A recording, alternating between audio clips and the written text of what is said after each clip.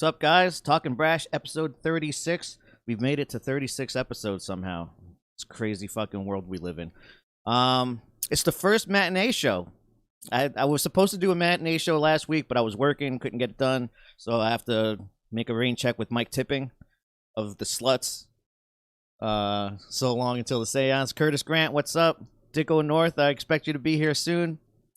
Yeah, speaking of the Sluts, I've had the pleasure of touring with this dude a couple of times throughout Europe. All around fucking great guy. He's like annoyingly good at everything. He's like one of those dudes that is just good at everything. He's a great singer. He's a great songwriter. He's a great musician.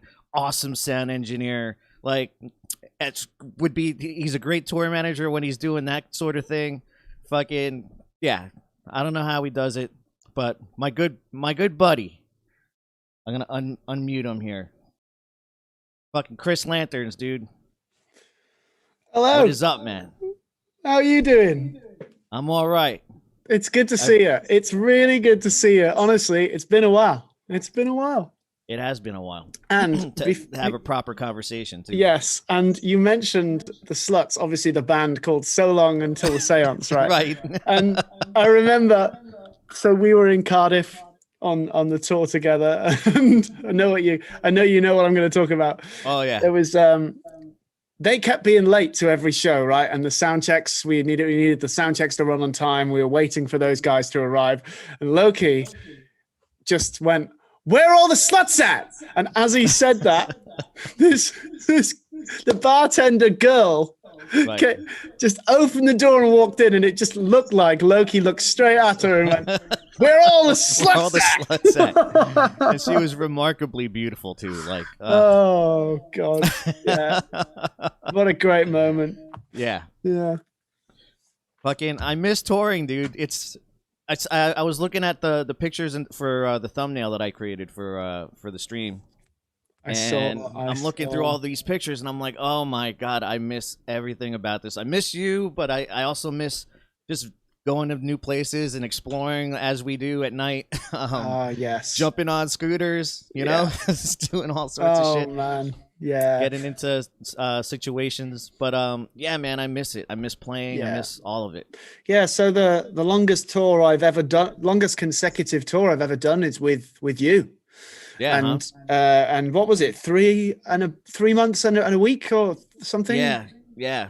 I think at one point, remember, we did like 30 consecutive shows. Oh my god! Like that. It got to a point where I'd be doing the sound checks, and they'd have like a digital sound desk which allows you to save the show file, right? So that when the show happens, you can go load this show, but it needs a name, and for me to keep all my show files separate, I need to give each one an individual name. So I name it after the place we're in, and that tour got to the point where we'd finish the sound check, and there'd be the in-house sound guy stood next to me, and I'd start typing like MG, and I had no idea where the fuck we were.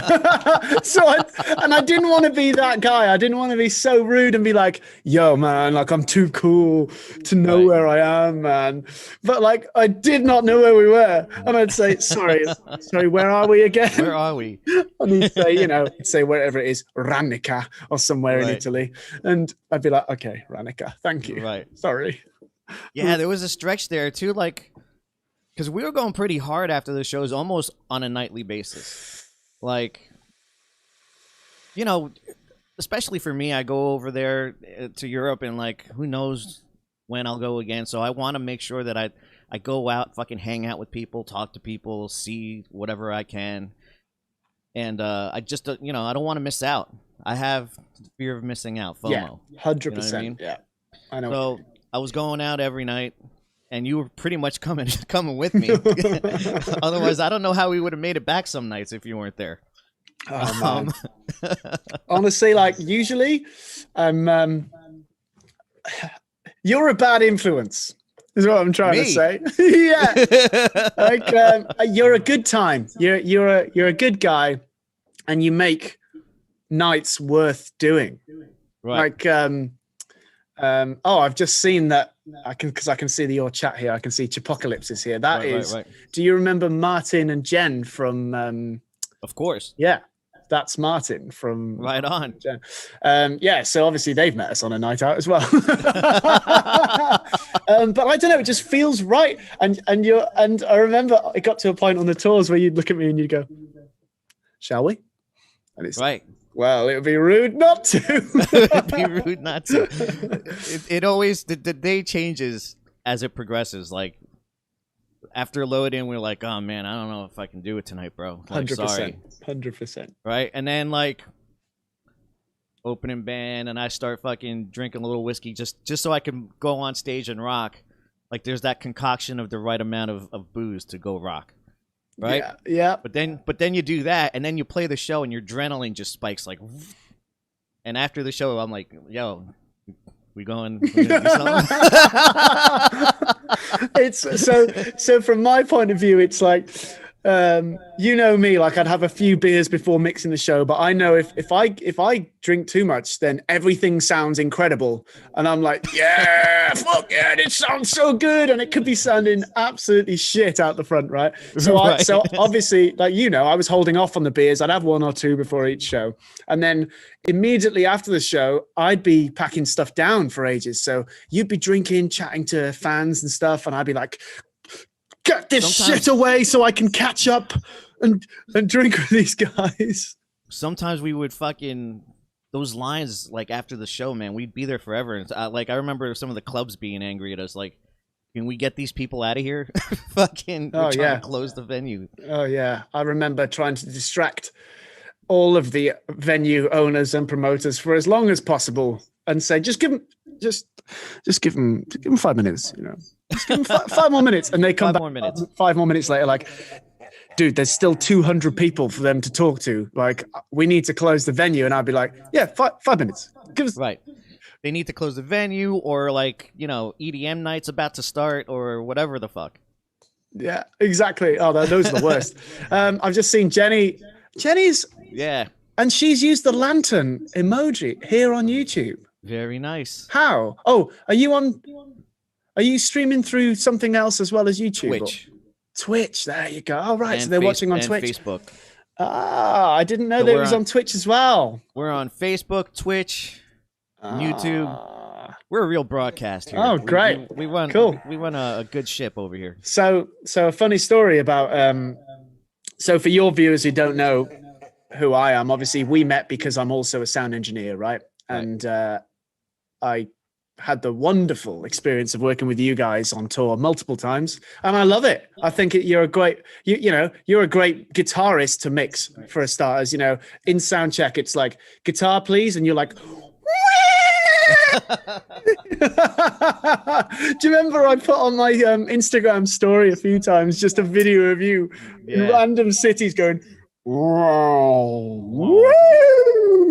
I always used to get a kick because you laughed so hard I could see you at the desk, right? Yeah. I would like specifically look at you either for a bomb or like a harmonic or a dive bomb for sure. I would look over to the sound booth. I'm like, yeah, Chris is gonna like this one. This is a good one. Yeah. Yeah. 1 second. I've just seen that Ace Music Freak has written, Chris, host this on your Twitch. I'll do that right now because that's what I was going to get to. Is how do you host again? You have to type in the chat, don't you? So basically, as well as being a sound engineer, what's your Twitch name, Loki? That's a good. I think it's Loki Guitar Official. Loki Guitar. Pretty much across the board. There you go. There you go. Hosting you on Twitch. Awesome. So as well as being a sound engineer, I also play in a band called Led by Lanterns. You know that. Some of the people watching might not know that. But and what's happened, obviously, coronavirus happened and shut everything down. Sure fucking did. So, so we started streaming on Twitch as well because we were bored at home and we started playing some computer games. We played Modern Warfare together on consoles. And then I found our drummer lent me his PlayStation 4 because I didn't even have a console. But he had a PlayStation 4 and an Xbox One. So he lent me his PlayStation 4 and I saw that share button on the controller and I was like, I wonder Wonder what that does. So I hit share, and that night we streamed our gameplay to our YouTube channel, and it went so well. We had, I'm sure there's a few people watching now who were there that first stream, and it was so much fun. All the interaction, all the chat. I'm sure you feel it as well, Loki, since you've been doing this, and it was addictive. And rather than carry on streaming on our YouTube, because our YouTube is for our, for music, when we were playing computer games, I was like, well, let's create a Twitch channel. So that since then, that was in March, I think. Maybe, that was in March or April. Right. It seems like 6 years ago, but oh man, yeah. And since then, we've been on Twitch at least once a week. Yeah, just gaming. We game, we chat, we have guests on, from other bands. Just whatever. I'll have to have you on, Loki. Yeah, let's do it. Yeah, and and it's nice, and it kind of summarizes the weird shift that's happened. From live music to this online thing. I mean, I don't know how many online gigs you've watched, if any, but I've definitely watched a few. Yeah, I've watched a few. My friends I used to tour with Darkest Hour, and they did a benefit for a place called the Black Cat in Washington, D.C. that's having a real tough time. Just like a lot of venues, small businesses are, they're scared about being shut down forever. So they did a benefit for the Black Cat, and did like a live stream. It wasn't live, it was properly mixed and produced. But it was a great, it's great seeing it like that, but nothing will ever replace being at a show and just like having the kick thump you in the chest. Oh, and I know. The big, the bigness of everything. I've just watched a show tonight of some friends of mine who are in a band called Hot Milk, and they just played a show tonight, and it's the same thing, really, really produced, definitely shot beforehand. And it's great. It's nice because it's a live setting. It's not a music video. It's like the next thing, but it is not the same.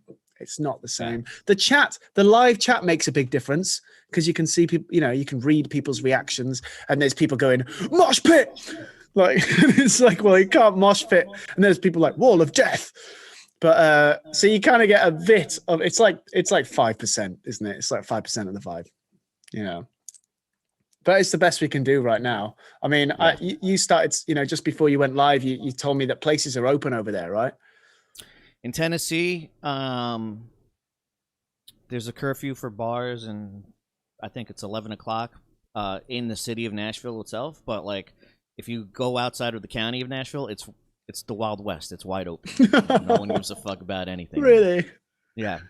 It's because it's not as densely populated as everything else. It's kind of woodsy over there and a little more spread out. So the city of Nashville has its own restrictions, and the rest of the state of Tennessee, you can just do whatever the fuck you want. But I went to a bar last night, socially distanced, and socially distanced with my whiskey. And that was that. Fair enough. Yeah, but the situation over there is just complete lockdown again. Is this So what's really weird about it, right? The first lockdown here was like, yep, lockdown. Everything stops. It's like, if you can work from home, great. If you can't work from home, you're fucked, right? And now this second lockdown is like, right, okay, so we're locked down. It's fully locked down. But if you need to go to work, you need to go to work. And like, if you need to get food that's takeaway, that's open as well. If you need to post letters, that's open. Hardware stores, you need wood, that's open. If you need to obviously get groceries, that's fair enough. That's open. Right. And all the schools are open, so all the kids are. It's like it's got to a point where the way it's being handled, I know they're probably trying their best, right? But the way it's being handled makes it seem like a joke, honestly. And it means people don't take it seriously. And so you're seeing 50-50 with, social distancing. You're seeing people being like, yep, I'm still going to be safe. And you're seeing 50% being like, fuck it. No one cares. Right. Life is normal. Yeah. And people are over it. And people are over their businesses just being shit on. Yeah. I think that's really the most, what I can take out of it most is that people are afraid that they're going to lose their business, and the government's not going to help you. Like, it's clear as day here that we've received all the help we're going to get, and no more is coming. So the concern is really like, all right, we get a new president-elect, and we can go celebrate in the streets by the thousands, but a bar can't be open past 10? That's funny. You know what I mean? Like, so we pick and choose where we social distance and what's okay to celebrate, what's not okay. So similar vibes then, basically. It's kind of like it's not really, doesn't feel like it's taken seriously by the government, right? Right. Yeah. It's just a weird fucking time, man. So obviously, and I'm afraid for all the venues, dude. Like, especially the ones that I play. Like, they're not going to survive, and like that's it. They're going to shut down for good. That's it. So I had this conversation the other day with a friend of mine, and I'm a sole trader, self-employed sound engineer and tour manager. If I lose work, yes, I lose all my income, but what are my outgoings? Bad luck, I did buy a mixing console right before the lockdown. It's right here, actually. Right. I'll show you because this might come into your life at some point in the future. You were so excited. And that was a lot of money. That was a hell of a lot of money. And then it was like, well, every tour you planned on taking that on is now canceled. But I remember you running the numbers. Like, I'm booked for this, that, the other thing. Like, I'll make this money back by this time. That's it. I was making the decision on the tour with you. Yeah, I made a lot of decisions on various tours with you. I was on tour with you for so long. I wrote songs on tours with you. Yeah. And. Like, I've been friends with some people for a long period of time, but like my time with you, like touring time is different. Like, even though it was just a few months, especially that one tour, this just never ended. That touring time's different. Like, being in an enclosed space like that and hanging out every night, like, it's just different. So I feel like there's a separate, different kind of connection with you and the other guys that we toured with, man. Like, it's like family, man. It's you're not just hanging out with someone, you're living with that person, you're eating, you're also working with, you're not sleeping. We didn't sleep together, but you're right. You slept above me. I did sleep above you. Yeah. And it smelled great. Right.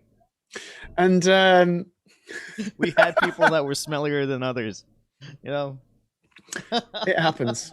It happens. We all have our smellier days, Right. And yeah, you're right. I totally agree with you. I feel like, when you're friends with someone, but you're friends with someone in amongst a friendship group, and it seems alien to spend like time alone with that person. Like, right. I'm friends with a lot of people, but if I was to spend a day with that person, it would be new.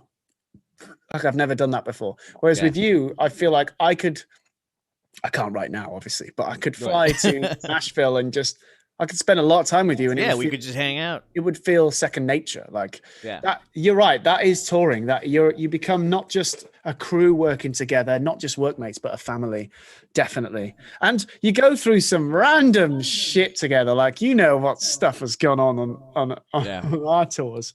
Oh boy, with like from drunken episodes, there are many, many, many of those. I don't know if we're going to talk about any of them. Yeah, we can talk about whatever, man. But there's also, the arguments that we witness, or that we're trying to skirt around, or business issues, like promoters and them not wanting to sort out everything that was advanced in the tour. And it's like, we don't just have happy times, we have hard times, we have tired, fucking knackered times when you're trying to go to sleep, and then the driver fucking goes, I did not see that 6-foot speed ramp. Holy shit. And bassist and was it Goolsby or was it Howie? I think it was Howie. He fucking flew out of his bunk, smashed into the ceiling like poof. And the driver's just like, I'm sorry, I did not see it. Yeah. I think Michael also flew, and like he got like, he hit his head on the the bunk above him, and he's like, "What the fuck is so funny?" And he started Yeah, yelling. because we were laughing. I'm like, bro, it was kind of funny. Like, Oh you gotta my calm God. down. Yeah, I think that's the thing with me is I a lot of times, maybe it's a coping mechanism with me, actually, I don't know, but if a situation could potentially get awkward, I immediately see the funny side in it and Right. start laughing. I don't know if that's a coping thing. Maybe it is. Maybe. But straight away I was laughing at that. But sometimes it's funny, man. I wasn't like, that annoyed. Like, it hurt like shit. Like, luckily I was awake, but my ass when I landed on that seatbelt. It's probably the most that my ass has ever hurt in my life. Yeah. But I was laughing, you know, and yeah, you're right. Michael was like, "What the fuck is so funny?" Right. He also, remember, he kind of like he fucking smuggled us into the UK. Remember? Yeah. So there's a point where you go through security and they say, "So, sir, what is in the back of your vehicle?" And you know, when there's 7 people asleep in the back of your vehicle, you think, I might mention that. You know, that's probably something I should mention. But he goes, especially when they're foreigners, all of them. Yeah. And he goes, "Music equipment." He's not entirely wrong. No, he's not wrong. Of course, there was music equipment in there as well. But and so they print off this giant thing that says "1 person on board," and he clips it to his windscreen and carries on driving. Yep. And that's how you became an illegal immigrant. I did. I was an illegal immigrant. And me too. Oh my God. Oh, yes. Good thing they don't really track it like over here in the US, man. That would not have flown. Yeah. Oh, 100%. Oh, God, we'd be in jail. Stefan. And do you remember? Oh, Stefan. Right. Let's talk about Stefan for a second. So, bless his heart. So our tour bus company was a Polish tour bus company who provided a Polish driver. He was the most happy, enthusiastic guy ever. I actually love that guy, right? But he was also the most confused guy I've ever met in my life. Do you remember when the motorway was closed for one junction, right? So it forces you to come off. Do you remember this? Yeah. Right. And what do you do if you come off a junction, you know, the roadworks, the cones start driving you off and you go, right, shit, let's put it in the sat nav. Let's see where it takes me. And if you don't put it in the sat nav in time, you pick left or right. You go, right. If I go left, surely I can turn right in a bit and get back. Or if I go right, I can turn left in a bit and go back. Do you know what he did? He goes back on himself. Up the motorway in the opposite direction for an hour. For an hour, and you look at your phone. Luckily, God, imagine if you didn't look at your phone. You're like, right, how far away are we? And you see the dot moving in the opposite direction. I'm like, what the fuck are we doing? Yeah, no, you said that out loud. I remember because I was in bed and you just jumped out of bed. Stefan, what the fuck are we doing? The road was closed. It was closed. Yes, okay. It was closed. Yeah, okay, you're not wrong. It definitely was. But when you make these decisions, dude. Right. But what was funny, don't you agree? He was equally as, I don't want to say stupid, but stupid. He was, yeah, he had this way about him. I don't know. He had a charm. He had a love. I don't know how he's made it this far. And wasn't he like a teacher or something? Like he taught kids music I don't know. Shit? All I remember is he had an acoustic guitar that was constantly in the way everywhere. You're like, I need to store my acoustic guitar in the bus. I'll stick it here in between these 2 seats. Good luck. Stefan was a character, dude. Yeah, you'd be like, he'd look at the situation. You'd be pulling up to the venue, and he would say something like, "But where will I park?" What do you mean? Where will you park? The one decision right in front of the fucking venue. The one decision that the driver has, where to park. Yeah. But what? Where should I park? But where should I park? Oh, it was. He had a affinity for Asda. Yes, in the UK, he would drive to Asda supermarket car parks, no matter how far away they were from the venue. Yep. Guys, I'm sorry. If you need anything else from the bus, I will be 7 miles away at Asda. Yeah. When we played in Camden, fucking yeah, he was like, guys, there's nowhere to park here. I need to go to Asda, and he would literally went like 10 miles away to fucking park. To be fair though, Camden is a shit place for parking, but you don't need to go. And it was under construction. It was scaffolding everywhere. Yeah. Oh God. Yeah. But equally as you know, as many bad decisions as he made, he was equally as lovable, and he loved the music, man. Like, yeah, he'd stand there, and I remember him it wasn't Glasgow, it wasn't Edinburgh either. It was no, it wasn't Dunfermline. Where did we go? Aberdeen? Aberdeen or Dundee? The big, like, spacious hall with a balcony that sounded super echoey. Do you know which one I mean? Remember. I filmed. I put it in our group chat. He was there watching the support band going, and I zoomed in on him from the balcony, going, "Fucking hell, Stefan, you're loving this." Do you remember? I do. And he did. He loved it, and he loved every second. And he was so happy and cheery. And even when there was anger in the group, he would always be like, "Oh no," you know. Yeah, so he kind of like, you're right. Okay, he couldn't do the whole tour, and maybe he wasn't used ever again. But well, once we got Patrick, remember, like, Stefan had to go play a gig or something, so yes, they switched drivers mid-tour. Patrick was a fucking blessing. Yeah, and Patrick had this a lot of the same humor, but could park.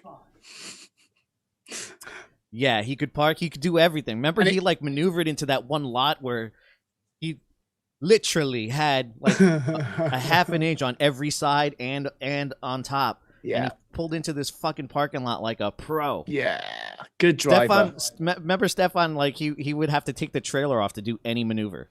Yeah, like we would take the trailer off all the time. Oh no, it became the routine. You were like, Chris, trailer duties, and I was like, oh God, here we go. And I was on the jockey wheel, like, yeah, off goes the trailer onto the floor, push. And you got the German wheel, remember?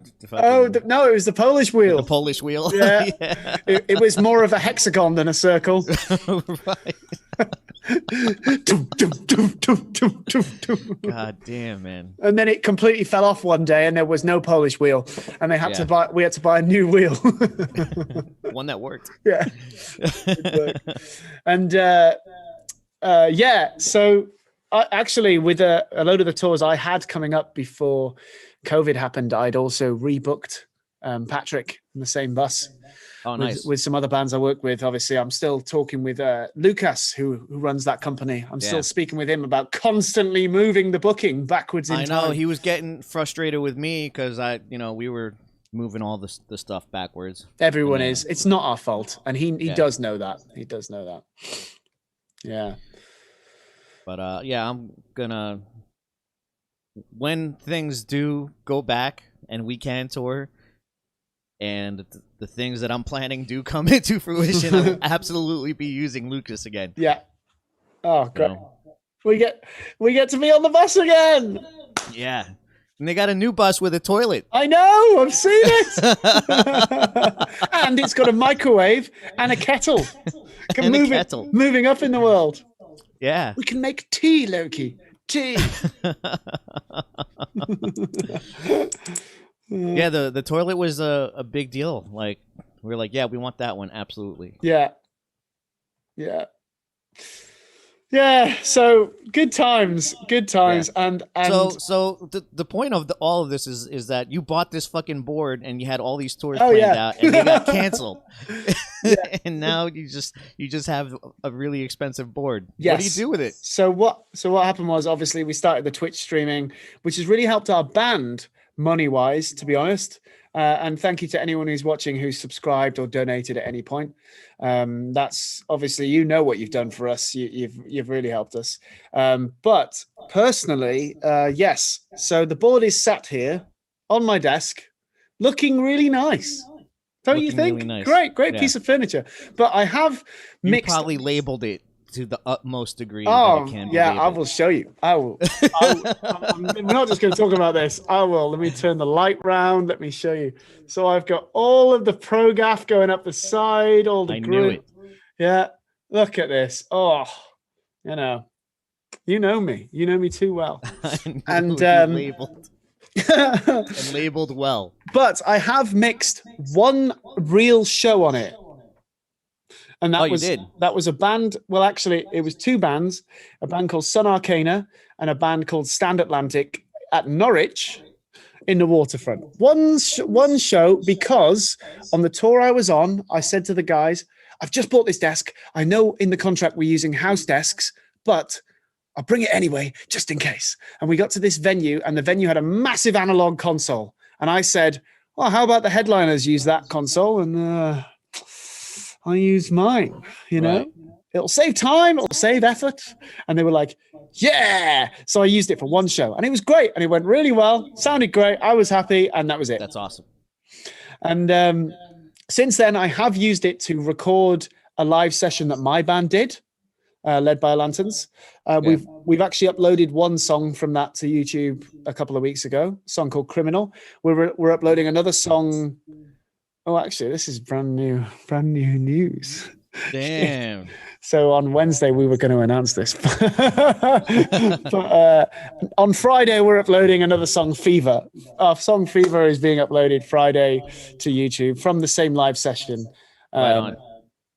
And I used the desk to record and mix that.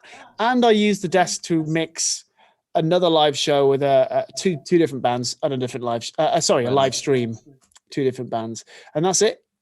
Yeah. That's all I saw the live video that you of our song. Of Criminal. Yeah. Badass. Yes. So we recorded all the audio in one take, but we only had one cameraman. So I don't know if you obviously noticed while watching it. So we had to play through the song a few more times just for him to get different angles. But the audio is one playthrough of the song. That's awesome. Yeah, it sounds too good for that to just be a live fucking tape. It is, honestly. It genuinely is, because it's so easy to retrack things. I know that, right? It's so easy to cheat, and I didn't want to do it. We played it until we were all happy with the take, and I was like, that is the take we're going to use. Are those Kemper tones that you're using on that? Yeah, it was Kemper. I only actually used one tone the whole time, apart from effects adding on top of it. And it's not the tone I'm not happy with the tone completely. It was just like basically we got offered the slot on this online festival. That's why we recorded it. The festival was called Rockfest. And we had a week to get it done. And we were like, shit, let's do it. And it's the first time we played Criminal and the first time we played Fever live together. Because we hadn't even practiced. When we wrote the song, we weren't together. We would send ideas back and forth. Yeah. And it was nice. We got together, learned how to play it together, and then just recorded until we were happy with it. And that's what that is. And then obviously got a few more videos. That's funny that you had to learn how to play it together. Yeah. I mean, to be honest, it was pretty easy going. Like everyone knew their parts because they'd written them, but we just never played together. So yeah, I remember. I mean, when you were, writing that one song, it's so funny now when I hear it. Like, it's disconnected. The song's called Disconnected. Yeah. And I'll just hear like and like I just in my head I just hear you mouthing it. Yeah, like there was so many different versions of that came out because I was on tour with you when writing that song, and there was so many different versions of that riff, and it ended up being exactly what you just did. I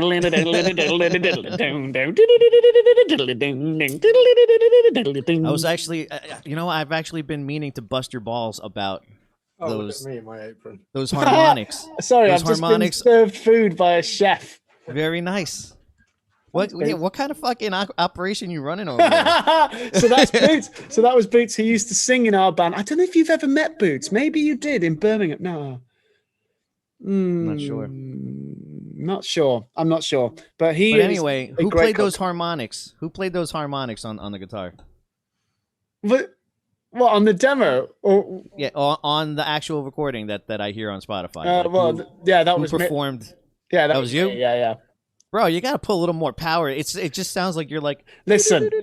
It sounds like there's no effort in your wrist or anything. Loki, right? It's like you're doing as soft as you possibly can. Before we go any further, you are a way better guitarist than I am by about, I don't know, right? Anyone who's watching this who has not watched this guy play guitar, go and watch this guy play guitar because he. Someone said Book's the maid. I Boots the maid. Yeah, I honestly am shit compared to you, and you know this. You've seen me pick up a guitar. I like. Oh, let me show you what I've done to my Les Paul. Oh boy. Oh, okay. Ah, oh, this coffee's delicious. Right, so we now have Seymour Duncan. Mr. Seymour Duncan has made an appearance. Nice. And I have all black knobs, a black fake pickup cover to cover the shit old pickup. Because it's an Epiphone, remember, this is not a Gibson.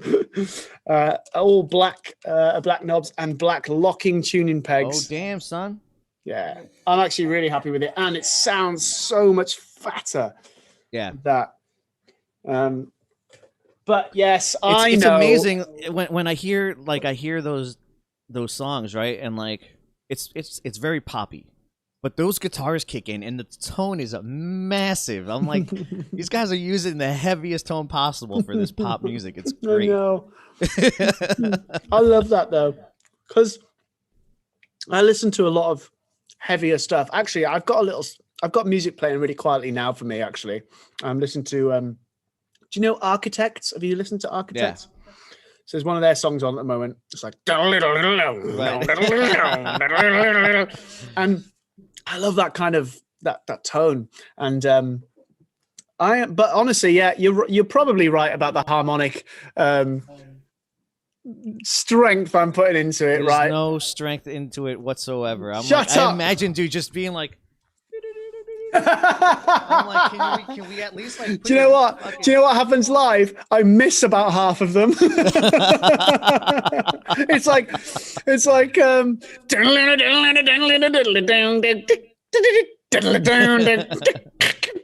You know when you fuck up on Guitar Hero and it goes. Right. Yeah, just that.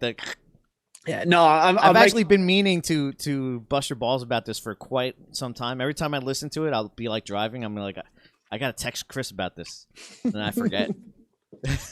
Yeah, I'm sorry. I think also what we do to record, we record everything here through. Actually, it was that that interface I had with you on the tour, the little Shaw one. Yeah, it's that one or this tiny little M Audio fast track thing that we do, right? Yeah, I used to have a fast track. What we do is. We send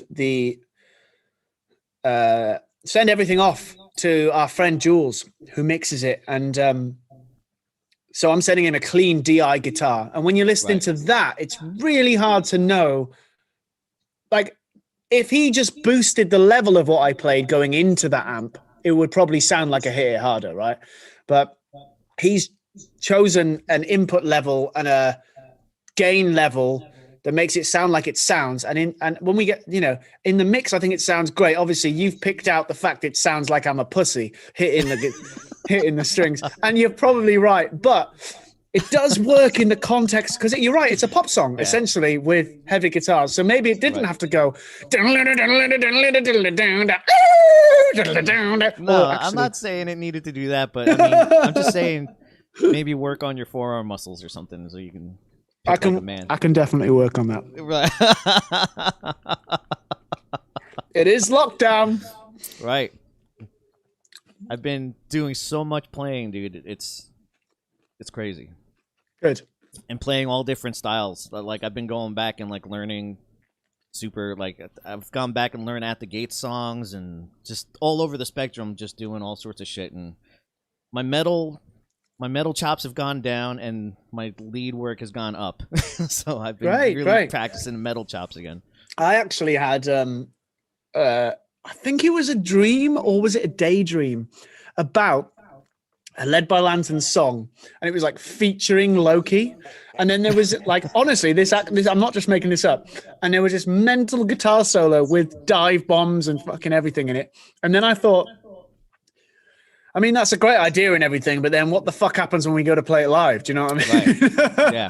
Because I can't, if it was the other way around and it was you featuring me, it'd be like, yeah, great. Sick. I actually ran into this problem with my friend Tracy, TB from Blitzkid. A long time ago, he's like, he sent me a song called The Devil's a Vampire. And he's like, man, I really want a cool solo for this. I want it to be like Motorhead or like Kill 'Em All Metallica style thrash solo. Yeah. I'm like, no problem, got it. So I write this killer fucking solo. I send it to him, and he's like, dude, this is great, but I'm never going to be able to play this. Like, yeah. And I'm like, well, you asked me to play it because you know I can play something really cool. Isn't that the point? Like, if I played something you could play, why didn't you just play it? That's you it. know what I mean, like, that's the whole point of getting like a guest spot on there, is to throw their fucking style in there. I feel like if we could write a song that we knew we were never going to play live, I would 100% want you to shred a solo on it. Definitely. But like, you know, I'm the guitarist in the band. I'm not even the best guitarist in the band. Honestly, like Sean, our singer, is about twice as good as me. He's fucking amazing. And but it's more of, with our band, I don't know about, you know, past projects you've been in stuff, but with our band, it's very much a team effort. And if we're writing or tracking something, it's like, oh, if you can play it better, then you just fucking play it better. Like, you know, the idea's in my head. And if I'm going to track it and I think, oh, this doesn't sound smooth enough, it's like, oh, let's get Sean around. This is how to play it, Sean. And then he'll play it a bit better than me. Like, honestly. And, it works the other way around as well. Sean's like, I've got these synth ideas, and I'm pretty good at getting synth tones and samples and stuff. And Sean will have these like demo samples that don't sound as good. And he's like, oh, but you know, here's the idea. And then I'll go, okay, I'll do this, this, and this, and this, and embellish it and make it bigger and better in that way. So I think me and Sean especially complement each other. He's an amazing singer. I'm a good harmony writer and backing vocalist, so it's like my harmonies and backing vocals really complement his melody writing. And I don't know, it feels, the way I work is I don't care, honestly. I don't care about becoming the best guitarist in the world. Well, I've met you, so I give up. But but I do enjoy playing the guitar that I do play. And I keep it at a level which I can play, and I can play most of the time, you know, unless I'm pissed. And so that's what we do. We play songs that we write and record songs that we know we'll enjoy to play. I think that's literally our motto. As a, you know, when we're writing, we want to know this is going to be fun to play live. That's a criteria that needs to be met. You know? Yeah, it's all encompassing. It's tough, you know, especially to write poppy songs where you know it's got to have a hook, it's got to be fun to play, there's a whole lot of things that go into a song that people don't think about. Oh, there is. Yeah. Which like actually, sometimes you want anthemic parts, like, you know, want people to fucking sing shit back to you. So yeah. And but the stuff you've sent me, by the way, that I don't know. Obviously, there's some stuff that's released out there. That's it's great, man. I'm really happy that you're working hard at something. And obviously, this whole, you know, Talkin Brash. Talkin Brash. Hey, I'm talking over here. Hey, I'm walking here. Hey, forget about it. I remember when you were trying so hard to get that Jersey accent down. Hey, I'm from New Jersey. And the amount of times we'd be out after a gig and we'd meet people and you'd just be like, hey, forget about it. Hey, forget about it. Oh my God. Where are you from? Oh my God. Dude, no joke. I'll never forget it. I forget where we were exactly in the world, but we were definitely in the UK, and I was on the merch line doing the shit after the show, and I was just talking to people at the merch line, just being myself.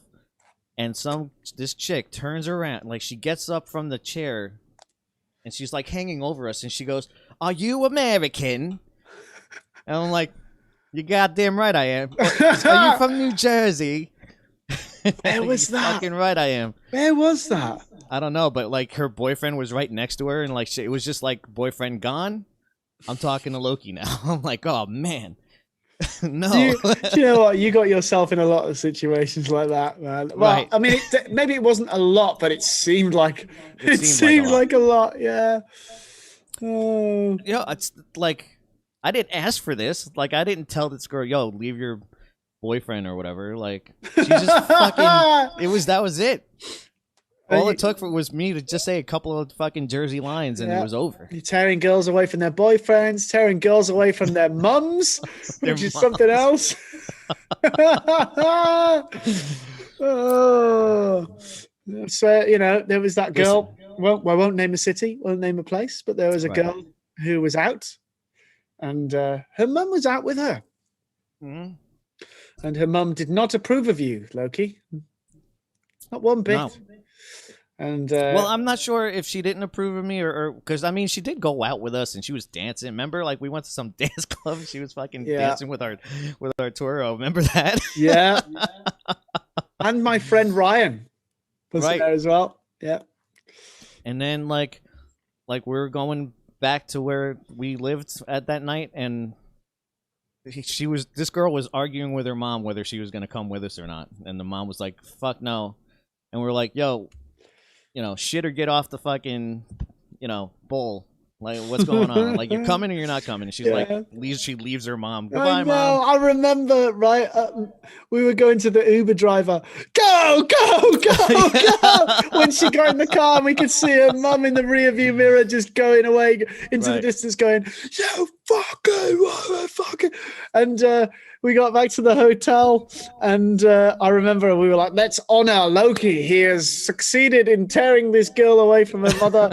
So I got my mattress out because me and you were sharing a room that night. Right. Dude, yeah, it was like a crazy movie where like we snuck this mattress out of my room and brought it to another room. I think it was Goolsby's room. It was Goolsby's room. But we were so drunk that we kind of got lost in the hotel, like just running around with this mattress. Yeah, and so it was really funny actually because I got in the lift. I got in the elevator, sorry. The lift. I got in the lift with this mattress. And then the lift stops at this floor in the middle. And there's this random girl that gets in and I'm like, "You right?" She goes, "You right?"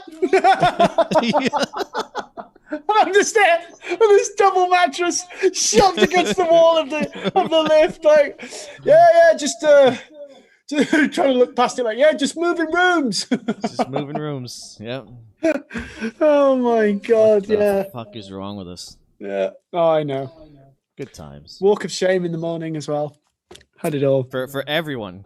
Yeah. I mean, there was me. One walk of shame after the other. My walk of shame was carrying a fucking mattress back up through the lift. Damn. Morning housekeeping. I believe this goes in here. Well, this girl's dad picked her up. The dad came and fucking picked her up, and I fucking said goodbye to her in front of her dad. Like, all right, see you later. So awkward.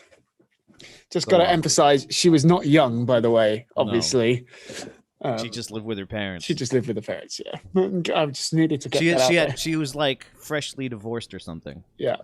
So she was with her parents. Lovely girl, you know. Yeah. Oh boy. God.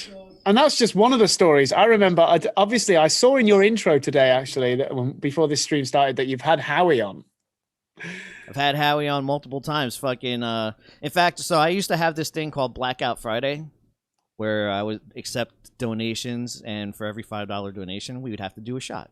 Well, that was cool for a while until every guest I had was just fucking hammered on the show and like couldn't finish the show. Oh, do you know what? Right, and Howie was one of them. Like Howie, at the end of his show, like he couldn't even say sentences. Oh my God! I feel like we should definitely do a night like that on our Twitch.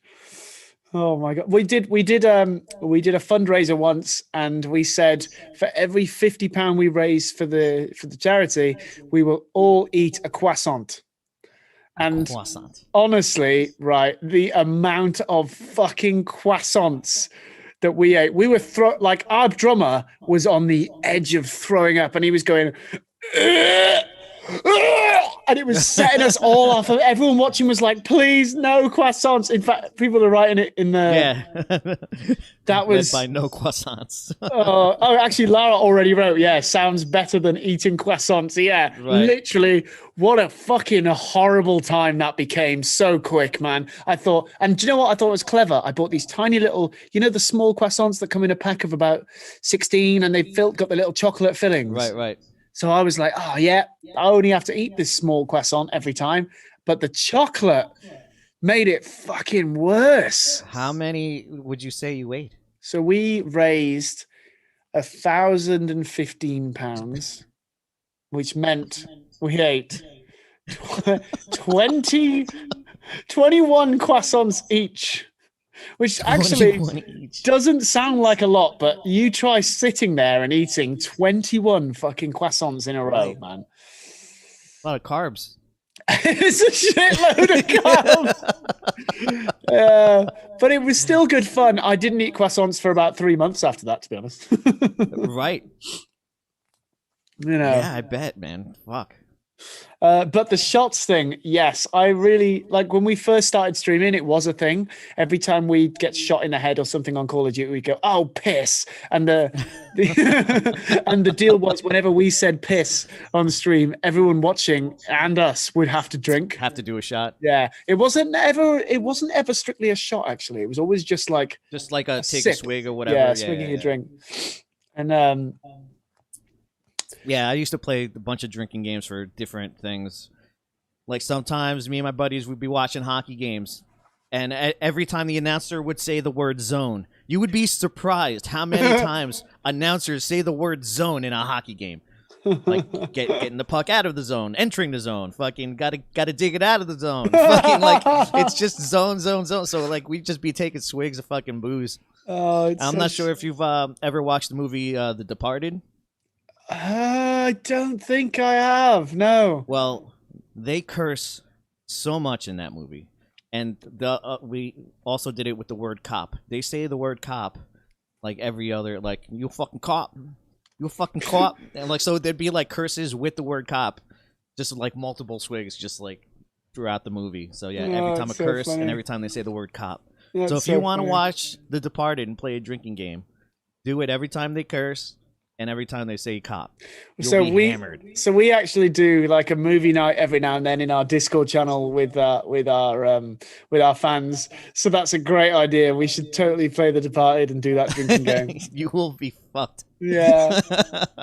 I've just seen actually on YouTube, Sean, who's Sean's King of the Castle, is our singer in our band. He's here. And he said, Sean. He said, croissants, man, that sucked. Yes, it did. Oh, God. Did everyone else have like bigger croissants? Me and Sean had thought of the same thing, but separately. We never talked about it. We thought we'll be clever and get these small. We'll get the small ones.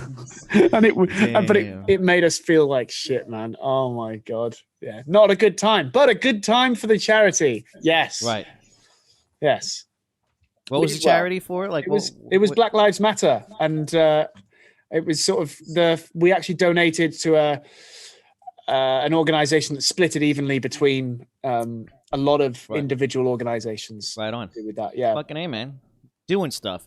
I think that's with all these movements going on, that's the step that everyone doesn't do. Like they say things, but they don't do anything. And I'm glad that I associate myself with people that actually do stuff instead of just saying it. I think it's nice, even though, like, admittedly, me and you, we don't have the biggest platforms to speak out on. There's way bigger pop stars and rock stars than us in the world who have way bigger platforms. But even though our platforms are small, I think it's still a nice a nice idea that we can use the platform to help. Yeah. You know, and we've planned, we've got ideas in our head of future things to do to raise money for various things moving forwards. And I mean, also it's okay to be a bit selfish sometimes. You know, we've said we've wanted a backdrop for the whole time we've been a band, and we said, you know, let's try and raise some money for a bloody backdrop. Right. Like, and they're like 400 quid, Loki. And it's like expensive, man. Yeah. So we said to our wonderful, like our wonderful group of fans on Twitch, like, do you fancy helping us raise money for a backdrop? And as an incentive, we were like, do you know what would be a cool idea? If you donate over 20 quid towards a backdrop, your name will be on it somewhere. And we've raised all the money for it, and we're able to.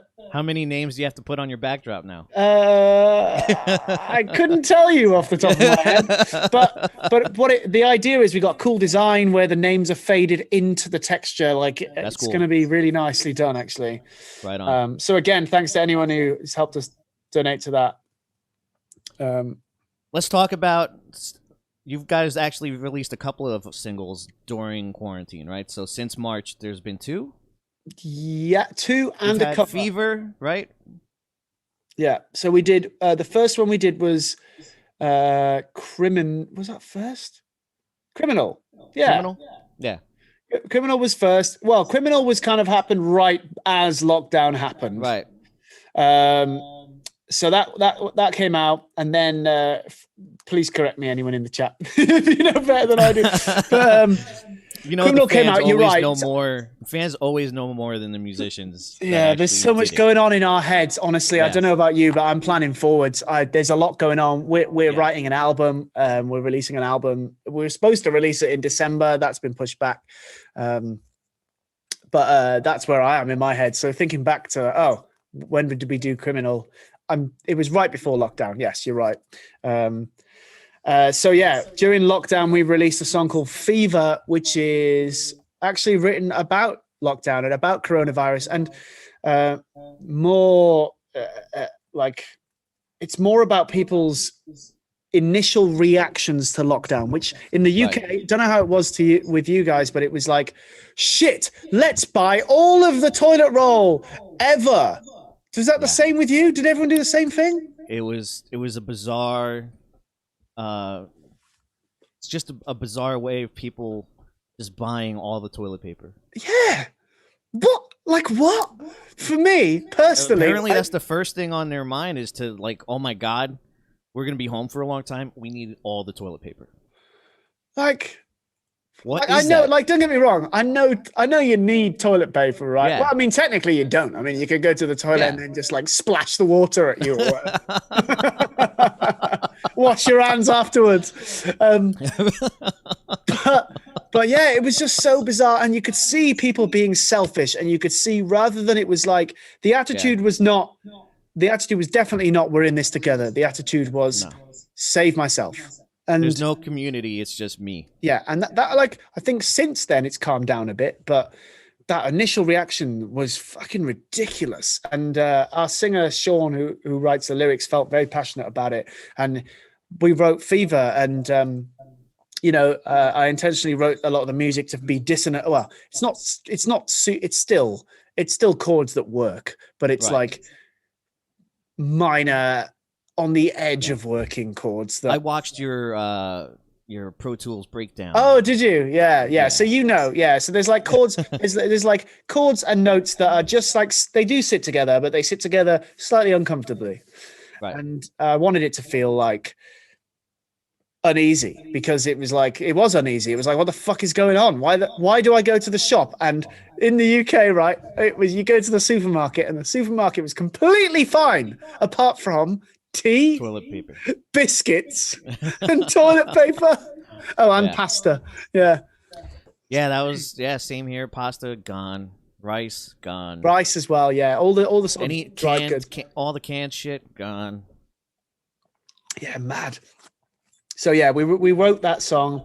We recorded it here on this wonderful audio interface. And I work with PreSonus now. PreSonus only. Thank you. Do you use PreSonus Studio One as well as your DAW? I was I've been learning. So I learned on Pro Tools, right? So it's really Same. hard to use other shit once you've learned Same. on something, right? But I did like go on PreSonus because you can kind of do all you can have it. The shortcuts operate as if they were Pro Yes. Tools. Like there's a That's setting what where I've you can done. do that. That's what I've done because I'm using Studio One with all the Pro Tools shortcuts. Yeah, but it's still not exactly the No, same, right? So it's not. Yeah. when I have time to just fuck around and dick around, like I'll use PreSonus so I can learn it better. Yeah. But when I just want to do something real quick, I just go to Pro Tools. Yeah, and use it. And now, especially the newer versions of Pro Tools, they move to AAX plugins, and So it's you've no got- longer VS. It's no longer VST. So I have all these plugins that I can only use on the new versions of Pro Tools. So that's so annoying. it is so annoying. So annoying. Luckily, most of the companies like When just you buy it, you all- also get the VST. Yeah. Yeah, they give you all of them, but not, not all the companies do it that way. Yeah. So we we recorded it here with this interface layer by layer, and the drums are fake because we were unable. It was at that time it was full lockdown. It was. You actually couldn't go anywhere. I think after a while you were allowed to go out for one time a day for exercise, and the police were on top of it, man. People were getting fines and shit. Really? Yeah, it was actually being enforced, and so it was like that in where I used to live in Jersey, but hey, here I'm walking in. Yeah, I'm walking over here. give me a fucking ticket. You kidding me? But forget about it. Here, it wasn't like a heavily enforced lockdown. Like businesses, like things were closed, so there was nowhere to go. Right? It was like a default lockdown. Yeah. But it was like I could go to the park or take a hike with the dog. Like no one's gonna stop me from doing any of that. So yeah. Oh, fair enough. Yeah, it's kind of like that. It's kind of like that now. There's still people getting fined though, but there's definitely a lot more people being like, well, fuck it, I'm going to go to the park and walk my dog. Right. And, but yeah, so at the time, we literally wrote the song apart from each other and shot the music video apart from each other. I shot it, actually, I shot my bit over there, just stood over there, and I put my phone outside the window, filming through the window at me playing guitar. And Sean did it in his little studio in his house. He did his vocals, and Snake, our drummer, put his drums in his living room and just played the drums in the living room. It worked out very well for what it was. And our content guy, Tom, did an amazing job of creating that feeling of uneasiness in the video. I don't know if you've seen the video, Loki, but it's like tons of flashing images and a lot going on just to show like how fucking chaotic it all was, because it was mental what was going on. So I'm really happy with that. And obviously since then we've decided to move forward and use this time to write further and come up with an entire. What's the reaction been like to all the new stuff? Great, really good. For the first time as well, we're using like advertising online. Like I've never really done that before, and that's really working as well. And the whole Twitch streaming thing has been amazing. We feel like we're part of a community of friends that we can talk to about our music and release to, and they're always there when we have a premiere. Like we released that live session of Criminal the other day, and they're all, everyone's there. It feels like having almost like a launch party, like where there's actually people there. It's not the same, you're right, but there's a lot of elements there that feel good. Yeah. And you have to adapt, right? Yeah. Whatever the situation is, you adapt and survive. Yeah. There's really no choice. And like with all that too, right? There's weird opportunities that you never thought it even existed. So exactly, yeah. You just have to take advantage of every door that opens. Yes. And we actually our singer Sean's been listening to a lot of podcasts, and he's sort of said, we should, why are we not doing a podcast? Like we're streaming on Twitch every Wednesday, which involves talking to each other a lot. And what happened with him was he listened, we all watched some of them back. It's like, did it feel is it actually as entertaining to watch as I think it is? Or there's some streams where I think, oh, we have a guest on. We're all talking over the top of each other all the time. And it's like, is it a mess? Is it a good watch? Is there anything I need to think about and improve?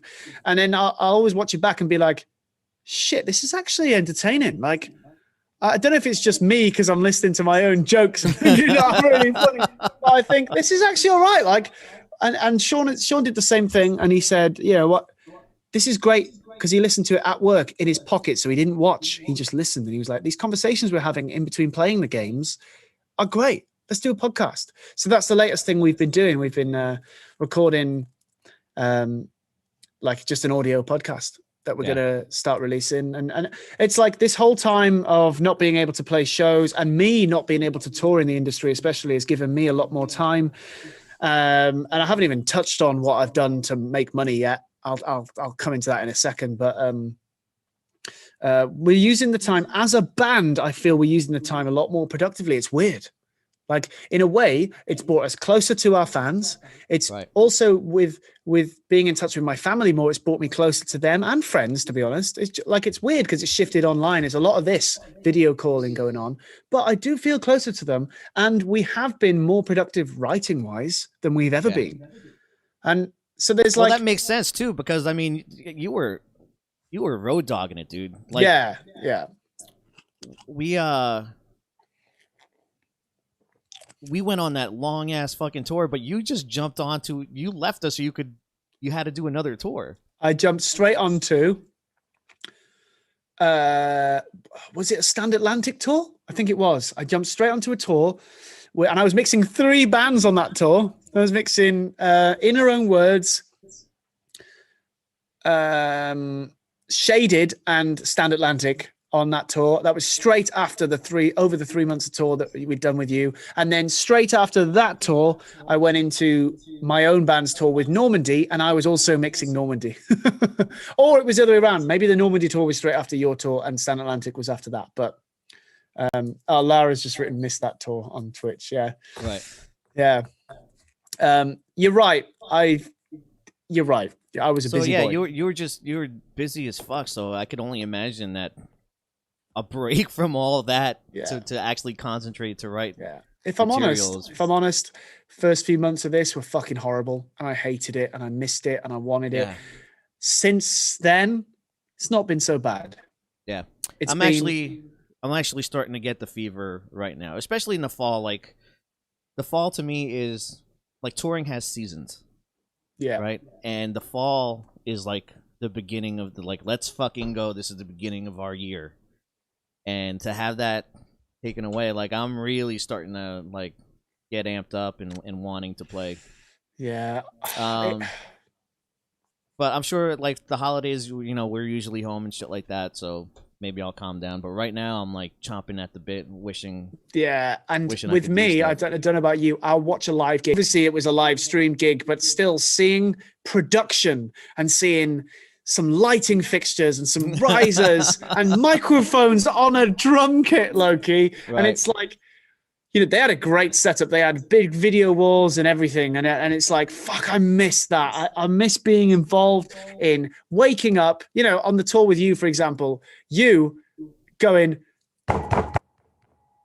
yes, lanterns, it's loading. And I'll be like, you'd be like, loading now. And I'd be getting out of my bunk like, oh, fuck. And I'd come out the bus and it would be -2 degrees because we'd be in northern Germany and there'd be snow everywhere.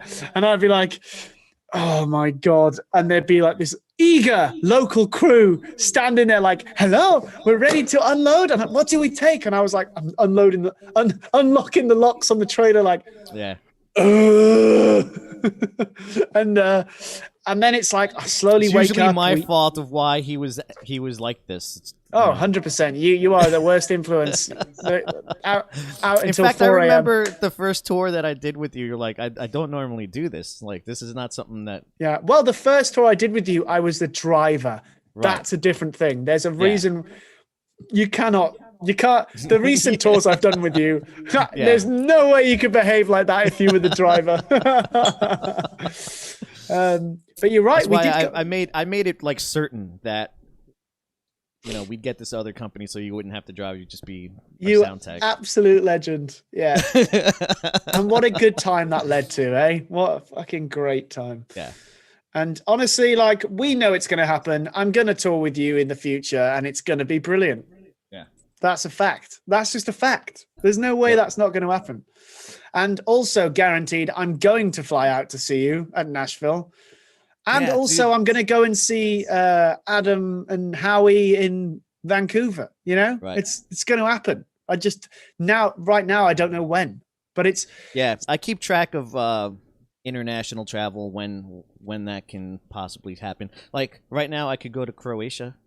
I've been to Croatia. I went to Croatia really recently. You're right. It's so funny. And I had to isolate for 2 weeks when I got back, and that solved everything. And that solved everything.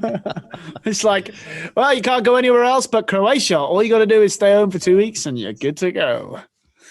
So funny. My friend Dicko, he says it sounds like you were running with the big dogs at night, but pissing like a pup in the morning.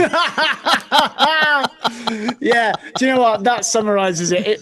In all honesty, it didn't take me long to get back into it. I'm never not enthusiastic. At least I believe that myself. There might be some extreme moments which make me feel it, but like. You are the most positive person that I've come across. You're just like extremely positive. Even like when things look dire, like we're looking at at a situation, and then Chris will just be like, "Well, gosh darn it, guys, we'll do this." And gosh darn it, guys!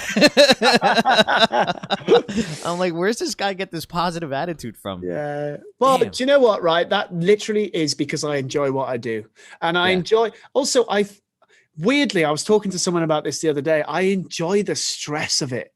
Like tour managing. Obviously, I haven't tour managed you guys, but tour managing a bunch of people who are just getting wasted. I don't think we don't get tour managed by anyone. I'm supposed to be like this tour manager, but we just don't have a tour manager. We just go about our day like whatever. That's what's good about you. You're one of the boys. I mean, not that a tour manager isn't one of the boys, but you're one of the boys. And then it's like when it needs happening, like, Stefan, what the fuck is going on? Because we're driving the wrong way up the motorway. Then you step up. You are the tour manager when you need to be. Right. You are the tour manager. I'm like de facto tour manager. Yeah, but then it would be funny because you guys would refer to me as a tour manager to some people when we were talking to them, and I was like, well, okay. Okay. Yeah. Because it's hard being like, being in the band and like having to say you're the tour manager kind of sucks. Yeah. I mean, I definitely, like I guess it's like UK knowledge helped. I knew where to, like, there was definitely some sort of TM elements I did do, but it was also you knew all the venues because you've done these routes before. So there was a lot of that. I remember with Stefan and Patrick, you'd be like, "Oh, I remember this venue. You have to go around this way. Otherwise, you're not going to be able to get in. So you have to do it like this." Yeah. So there's definitely bits, and I can't switch that off. I just want to be helpful. If I can be helpful by saying, you've taken the wrong fucking turning, because I know the loading bay is like, dude, it's there. Where are you going? Where the fuck are you going? If I can do that, I will. But I don't know where to park. But where do I park? What? I remember. Wait, there was more sayings, Loki, that he did. There was a situation where, like, he didn't want to leave too early to a venue because he didn't know if he could park. And we're like, "What, dude? What the fuck are you talking about right now? Like, we'll go there and we'll park." Like, we have to go there though. Like, he's like, "But we cannot go there this time." I'm like, "This is when load-in is. We have no choice. Like, you don't get to pick and choose when load-in is. We are going there right now." It's so funny. Oh, that boy. But yeah, dude, like, I'm just like you. I love the stresses of touring. I'm just one of those dudes that was born to do it. Like, I love every aspect of it. I don't get too low. Like, there's other people that, like, when the stress happen, like, you could tell they're really stressed out. And, I never have that situation where I want to go home. I want to always, like... Oh, yeah, I've never felt that. It's just the best thing in the world to be doing. And I don't understand when people have are having such a bad time that they want to go home. It doesn't even compute to me. You know, I've definitely felt the stress. Like there was a show I did with one of the bands that I tour manage and mix called Waster. Actually, Boots, who dropped me the food off a second ago, plays in Waster. The maid Boots. The maid plays in Waster. And there was a show in Sheffield, right? And they start with this big backing track that goes, and we were all like, woo! I'm at front of house on the desk, ready to go, you know, tracks. And the track gets played from a system on stage. They have a playback machine, right? And I'm like, yep, cool. And to start that playback, I flash, I'm like, I'm ready to the guitar tech. The guitar tech goes, good to go. That's a torch. That's a flashy torch, by the way, for anyone who has no idea. I'm not just going. I know exactly what that is. And, I knew exactly what that was. I'm like, yeah, flashlight. Yeah. Flashlight, lights down, track. And it went on for about 30 seconds. And then just as the band started their walk on, it went. Just nothing. And I was like, oh shit. And it's like those moments, and there's a lot of moments kind of like that. And it's all like during a changeover where the line isn't working or something. And it's like that happens. 500 people turn around and go, huh? Yeah. And you're like, it's not me. I'm going to sort it out. And then there's me trying to squeeze through a crowd, get to the stage, go over to the playback machine and realize that the USB stick, because that's where we are these days, Loki, right. USB stick that plays the tracks is like not out. Quite in there properly. Push it in. So I push it in, squeeze all the way back to front of house, flash, down goes, down was the tech. He pushes play. It's like, yeah, here we go. And at exactly the same moment, it stops again. And it's like, shit, that problem has corrupted the files on that stick, right? Luckily, I had bounced a second USB stick in case of this scenario, but it was upstairs in the dressing room, of course, which I learned from. I'd never do that again. And I had to run. And the dressing room was I have this really cool backup that I don't have with me. I know. Don't worry, guys. I've got a backup. It's in Manchester and we're in London. But it's like me having all my guitars in the green room. Yeah. Like, it's all right. I have a guitar here. I don't need all those other guitars for backup. Yeah. And so I ran, and it was such a far. It was like you had to run. The venue had 2 venues in it, and I had to run through the entire other venue, but over the stage, down the stairs, up the stairs, all the way to the dressing room, run into my bag, grab the stick, run all the way back down, and then run all the way through, because the door came into the back of the venue, so I had to run all the way through the crowd again, give it to our tech. There you go, stick it in, push play, run back. And then I get to the desk, and when he pushes play, do you know what? Like, for me, the stress is gone and it's worth it. It's like now I can fully enjoy the band feel differently. The band are like, we look like fucking idiots, and we're stood here where they started walking on and they had to walk back up. They're like, oh man, oh shit. So they never actually walked on. No, they started to walk on. Like I swear, like 2 of them had got onto the stage, and then it just went whoop. And they were like, oh, let's walk back off. And it happened twice. I'm one of those guys that's like, I would have made the call, be like, fuck. Not just the intro. That track played throughout. That track played throughout. Yeah, it played throughout the first song. Then it was the next track. But I didn't know on that USB stick how much had been corrupted. Like the whole set was on there. And they obviously played to a click track, and there was elements, keyboards and stuff on the track that they needed from that system. So it's like, you can't just go fuck the intro and go. That was what was great about you guys. Like, the most complicated you got with regards to that is Adam playing to a click in his own ears, run off a simple thing that cannot go well. I mean, I've seen that go wrong as well. But in fact, band I work with, Trash Boat, what show was it? It was in the same fucking venue. It was in the same venue in Sheffield, but in a different room. And it was a changeover. It was a festival. We had no sound check. It was a 15-minute changeover. And I was like, okay, the drums take longer to set up, so I ran back to front of house. Bass, guitar, down, guitar, down. Vocals, yeah. Vocals, yeah. And I was like, and tracks. Crickets. And tracks. Tracks. Can I have some tracks? Dude, hit the tracks. And he's like, all I can see is this. Because the room's full of people, right? I can't hear him, right?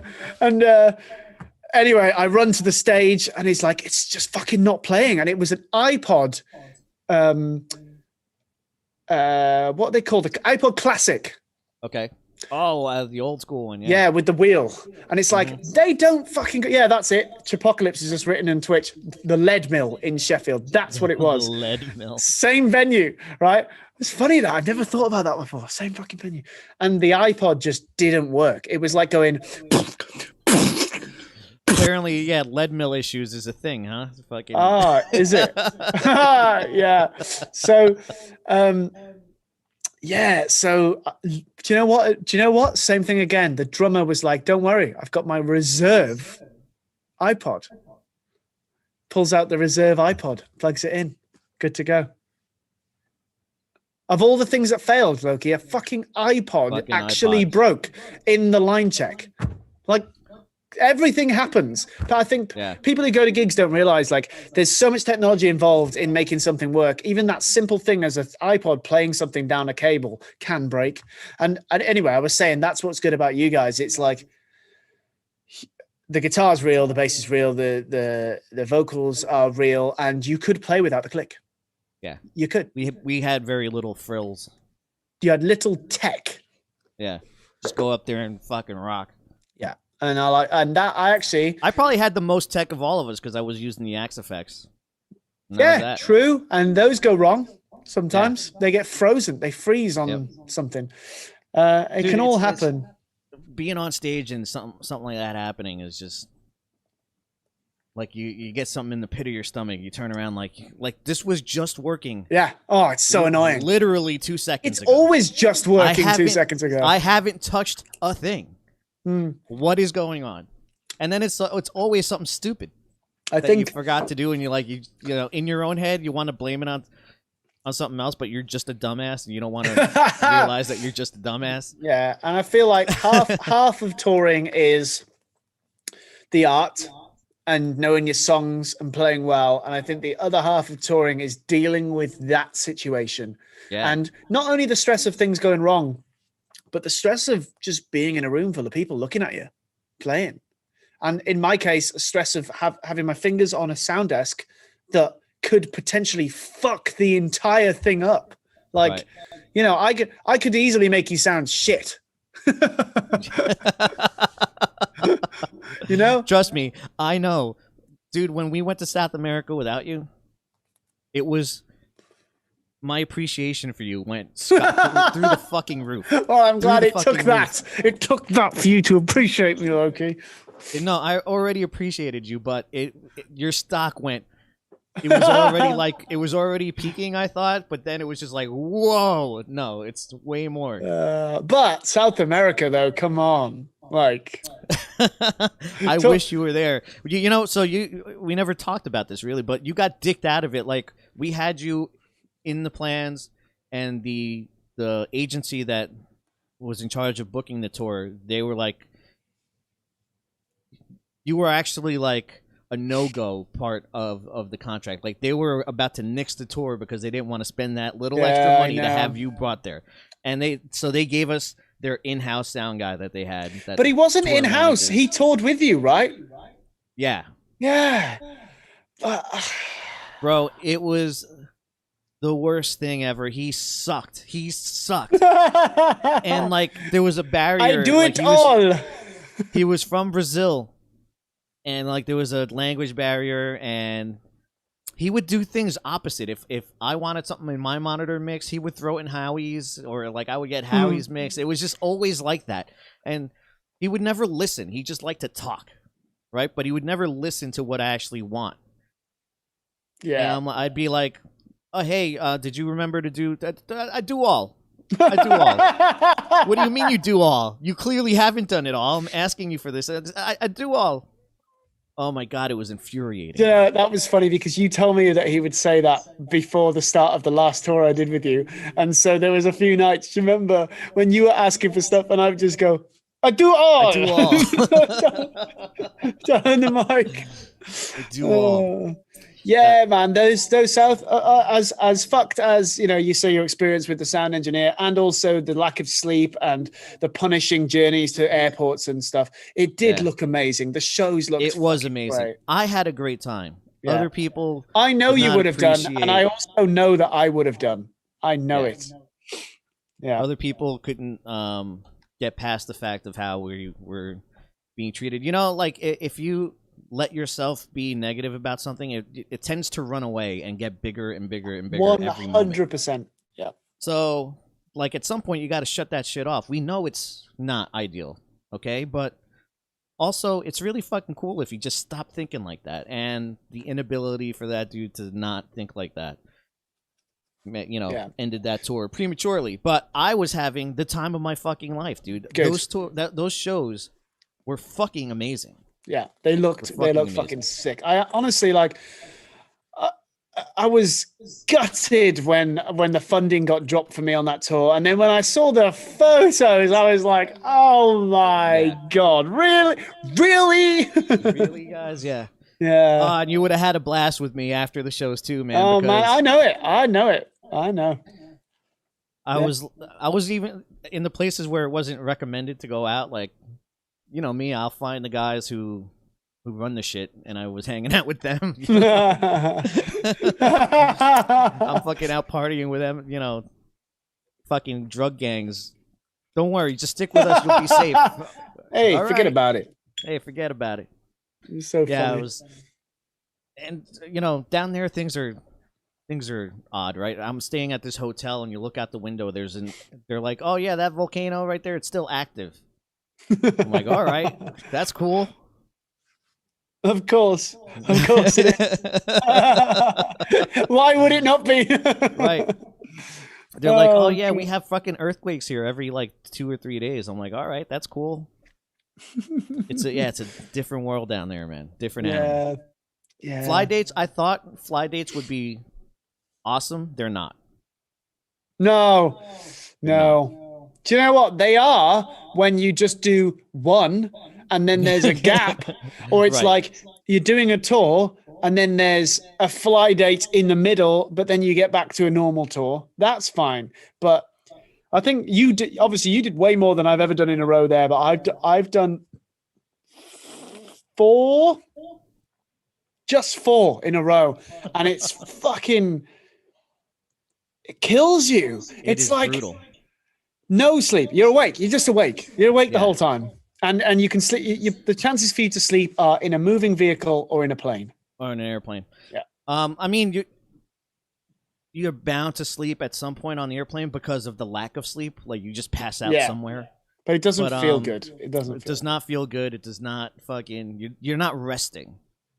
But and there's like a myriad of other things. Like the airplanes are super dry. Yeah. So like you're never fucking fully hydrated, and so in general that shit sucks, right? Because you're in general, I don't know about you, but when I don't sleep, even if I'm drinking water, I get dehydrated. And my fingers hurt. I don't know about you, my fingers feel dry and they hurt, and it's like, ow. People are asking what is sleep. I can see it. Yeah. You guys tough talk when you don't have to be the ones doing it. Actually, but I'm telling you, do you know what? Dates. Right. So Merla, who's there, we did. Led by Lanterns did a headline show in Birmingham in the UK. The next night, a band it was Waster again. They were playing a show the next night in the middle of Germany, and a few of our fans from Germany came to the UK for that one show because it was our one and only headline show where we played this song called Our Kingdom that we never played because it's a slow piano ballad that just does, you know how it is. You don't put slow ballads in your set unless it's like a 3-hour set or something, right? Which we have not. Right. So that night we, there you go. She's written, I was awake for like 80 hours. and that night I Waster also shared our in-ears mixer at the time. I had to unscrew our rig, put the bits into a suitcase, walk to a bus stop, catch a bus for 2.5 hours to London, catch another bus out of London to Gatwick, get on a plane, fly through the night, wait for 3 hours for the band to pick me up at the airport, drive straight to the venue, put the in-ears rig back together in their flight case, and sound check and mix the show. And that's just one example of a fly date, which you obviously did so many times in a row. But fuck me, was I tired, because I played a show and then had to work. It was like, it took so much more out of me. Yeah. And yeah, Merla did it as well. And there's a few other people who came across from Germany to see the show, but also went to the Waster show the next night in Germany. So funny. Right on. Yeah. Yeah. Going into it, I didn't know what to expect, but I'm like, all right, well, whatever. It's probably awesome. It just, that experience, like, definitely need, like, if it was spaced out better, like a day off after the day you fly. Dude, sometimes we would land, go straight to the venue, do all the stuff that you do at a show, and then go straight to an airport again. I know. And like, what the fuck? Like, there's no like exhale, you know what I mean? Like, yes, that's really well said. No exhale. That's exactly what it's like. There was one night in Argentina, we were leaving so early in the morning that I'm like, screw it. I'm going to a bar. Like, I made friends with, like, I was like the mayor down there, dude, in Argentina. like that crowd was just so passionate and energetic. And like, when I guess they didn't expect anyone of the band to like walk out and like hang out. But I was just like, you, like, let's go to a fucking bar. And so I took all of the shit that I needed for the airport, went to the bar with it. It's so good. I fucking partied until we closed out the bar, and then I took an Uber to the hotel where I just went straight to the airport. Because I'm like, I'm not going to get enough sleep, so I might as well enjoy my time in Argentina. That is the same attitude. Awesome. That's the same attitude that I loved about you. Wow, that I do still love about you. When you're touring here in Europe, it's like, it's so easy to have a good time with you. And when I'm packing up a stage, I'm not going to lie, I'm tired. It's been a long day. Sometimes the show is stressful. Sometimes it's a difficult room to mix in, and I'm fighting the room especially whole those time. dB fucking limiters that you have over there. Mate, let's not even. Switzerland. Do you remember Switzerland? Oh my God. It was like 86 decibels or something at front of house, and the room was the size of this room. Yeah. And it's like, how the fuck with a rock? The mic is like where they pick up the sound is like so close to the stage. I'm like, yo, it was like a radio playing in that room. It was. I told you after the show anyway. It was like strangely nice. It was like listening to a recording. But yeah, fuck it out. Do you remember what we had to do to the snare drum? We had to practically kill it. Right. It was murdered. We had like half a toilet. And also the gaffer tape to the top of it. Also the cymbals, like, more tape. Adam's like, dude, the whole thing's taped. No, more tape. Hang on. Hang on. Let me check. I've got a symbol. I think I've got a symbol here. Let me just demonstrate. Hang on. One sec. Have I got? So for people curious about why we're taping the cymbals, hang on. It takes away the intensity and the ring of the cymbal. So that's why you tape the cymbals, especially in a small room. I'm explaining why we tape the cymbals. Oh, so cymbals are loud as fuck, basically. And this one's got a crack in it, which is why I've got it. Can you see that? I don't know if you can see that. I've got to drill that out. There's a massive, horrible crack there. But when you hit a cymbal, it's loud, but it also has to resonate to make the right noise, right? I can't really hold this on my... But it's like... It's all of that sustain that carries on, right? And when you tape the shit out of it, it sounds like this. and then when you really take the shit out of it, it sounds like this. Yeah. And that, honestly, in that venue in Switzerland, it was like that. It was poor Adam's just like you can't even hit it. It doesn't even make sense. I'm fucking smashing into something. Respect to him for carrying on anyway, man. Some drummers I work with just would have walked out, honestly.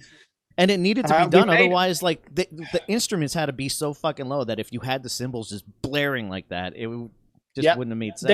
They cut the PA off. They cut it off. It was Yeah. connected to the power, and it's either Did we break it that time? Did they actually? it went over, but there's a 15-minute average that it needs to be over, and we were, even though it went over, it was like just under the 15-minute average. Right. Yeah, but God, did it sound weird, but it's still, the show happened. And the thing is that we got to understand is the people that go to the shows there always go to shows there.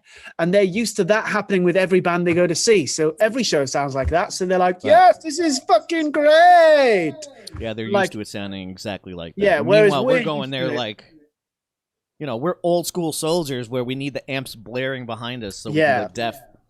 And man, when I can hear my footsteps on a stage, like it's nerve-wracking to play like that. Yeah, it's horrible. It's horrible.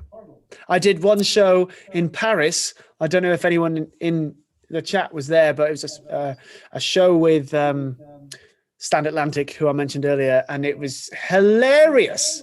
I could be like, yo, hey, forget about it. Hey, I'm walking here. And it's like talking at a normal level. And you would crystal clear hear me over a pop punk band going, and it's like, we had to, it was so ridiculous. The mic on that stage, right? The one where you're talking about in Switzerland was in front of the stage, right? The one there in Paris, the drums, it was above the drums. Oh my God. Pointing at the snare drum. So we put 3 tea towels. We put 3 tea towels over the snare drum, and the snare drum sounded like this.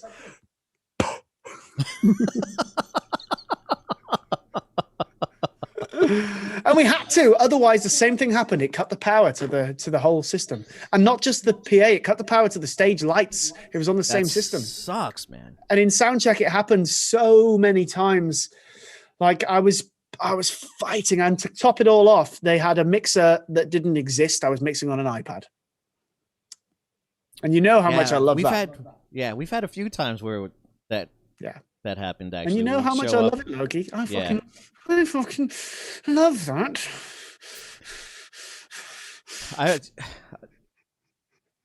I also remember, like, you know, some of them have like that hard limiter where it just it just punches the band down like 10 dB whenever you go over. It's just so annoying. So bad. So obnoxious. There's, again, like, you know, we're talking about how we deal with stress. Some part of me still enjoys it, man. Like walking into a venue and being faced with that, it's like, it's not like, for fuck's sake. It's like challenge accepted. Honestly, for me, that's how I look at it. I'm like, yes, okay, fair enough. This is shit, but how do we make this work? I want this show to happen. This show is going to happen. Let's just fucking do everything that I can think of to make the cymbals sound like you're hitting saucepans in order to make the show happen. You remember the time we played Paris? We played on that boat. Oh, that was cool. And like at some point we had to stop the show and tell people to go to the other side of the boat. Because they were moshing so much in sync with the wave of the boat. Yeah. And like I told you through the monitors. Yeah, because the guy came to me and he was like, mate, you need to stop that moving because the boat is going to tip over. And I was like, guys, sorry, Michael, hate to interrupt you. Can you tell people to stop moving side to side? And then I remember I actually said, tell them to go front to back. front to back. What a fucking shit show. Yeah, great, really cool vibes in that venue. Really cool, I remember. yeah, really and I cool actually, venue. where the desk was, I couldn't even see you. It went down, and there was a TV screen where I could see a camera that was filming you. That was cool. Yeah, I've still got videos of that on my Google. My Google Photos goes, remember this? Yeah. Every now and then. Actually, it does that all the time for you guys. That night was fucking epic because we went out. Yulia was there. And we fucking went out to some bar near the Eiffel Tower. We saw the fucking the Eiffel Tower was doing that fucking sparkle thing because I guess we were there at midnight or whatever the fuck. And then we got hammered at this first bar. Then we dropped off Yulia, and then continued on. We went back to the Eiffel Tower, had like a photo shoot at the Eiffel Tower, and then we went to that fucking weird bar where they lit the bar on fire. Was that Paris? Yeah. And it was like a tree. There was a tree in the bar. Yeah. Yeah, that was cool. And they had these fake drug dealers outside arresting people. And there was a vending machine that served pizza. Right. And it was like, oh, I want a margarita. And this pizza just went like cooked. So sketchy. I know. That is so super sketchy. I swear there was just like a normal pizza restaurant in the back of it that was just people cooking pizzas and throwing them down the chute.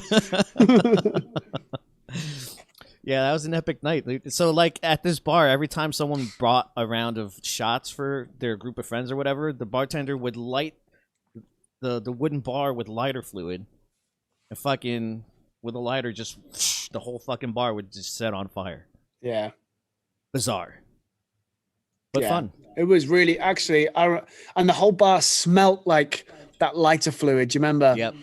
And that was cool, man. And there's so many nights like that. There was in Prague, we went to that bar where the door handle to the toilet was a gun. and Adam had met that girl who was the most boring girl in the world and was like, excuse me, do you like mayonnaise? And that became a saying for the rest of the tour. And she hated his t-shirt. Do you remember? He was wearing some like a Volkswagen minivan right t-shirt, and it was like a bit sparkly, and she was like, that t-shirt is fucking sad, man, like why the fuck would you wear that? And he was like, I like this t-shirt, and that's a great Canadian accent, by the way. yeah. And then do you like mayonnaise? Do you like mayonnaise? And she got too drunk and passed out, and then he took his t-shirt off and put it on top of her and took a photo of him next to her, like, yeah, you like the t-shirt now, do you? Right. Oh, that was funny. And that was me and you racing to the bar on the electric scooters, driving over the wooden railway bridge thing on the way where we shouldn't have driven. Yeah. We've done a lot of drunk scootering. And Howie, I remember Howie one time just fucking ate ass. He fucking yes, because there's the little lump that separates the bike lane from the from the driving lanes, and he didn't see it, did he? He just went. He also crashed. We were, scootering on cobblestone. Oh, the most annoying thing in the world. Your eyes just shake. Yeah. Right. So Howie's like drunk and like the cobblestone's a little bit wet, and he goes to take a turn and he just fucking slides and falls. And that was in Brussels. Yeah. Yeah. Have you seen Chipocalypse on Twitch has just written, do you like mayonnaise? Oh, God, I could talk for hours about all these little things, Yeah. The little journeys, even when the small things like, I can't remember what city it was, but me and you accidentally parked our scooters in an illegal park zone, and then we couldn't unlock them again. Right. That's right. Like we look at the map, like, oh, we can't use them here. It's fucking like blocked out in red, like no scooter zone. Do you know they have just come to the UK? Finally, yeah, we've got them in Birmingham, and I think that I know they're in other cities, but I don't know what cities yet. Right. I don't know if anyone in the chat knows where they are, but next time you come over, the Scooter UK Central. is now Scooter Central as well. We have them here in Nashville, so I know you've had them for a while. It was America first, right? When we go to downtown Nashville, we'll be able to scooter everywhere. Oh, I can't wait. I cannot wait. And we can write a song that can go. You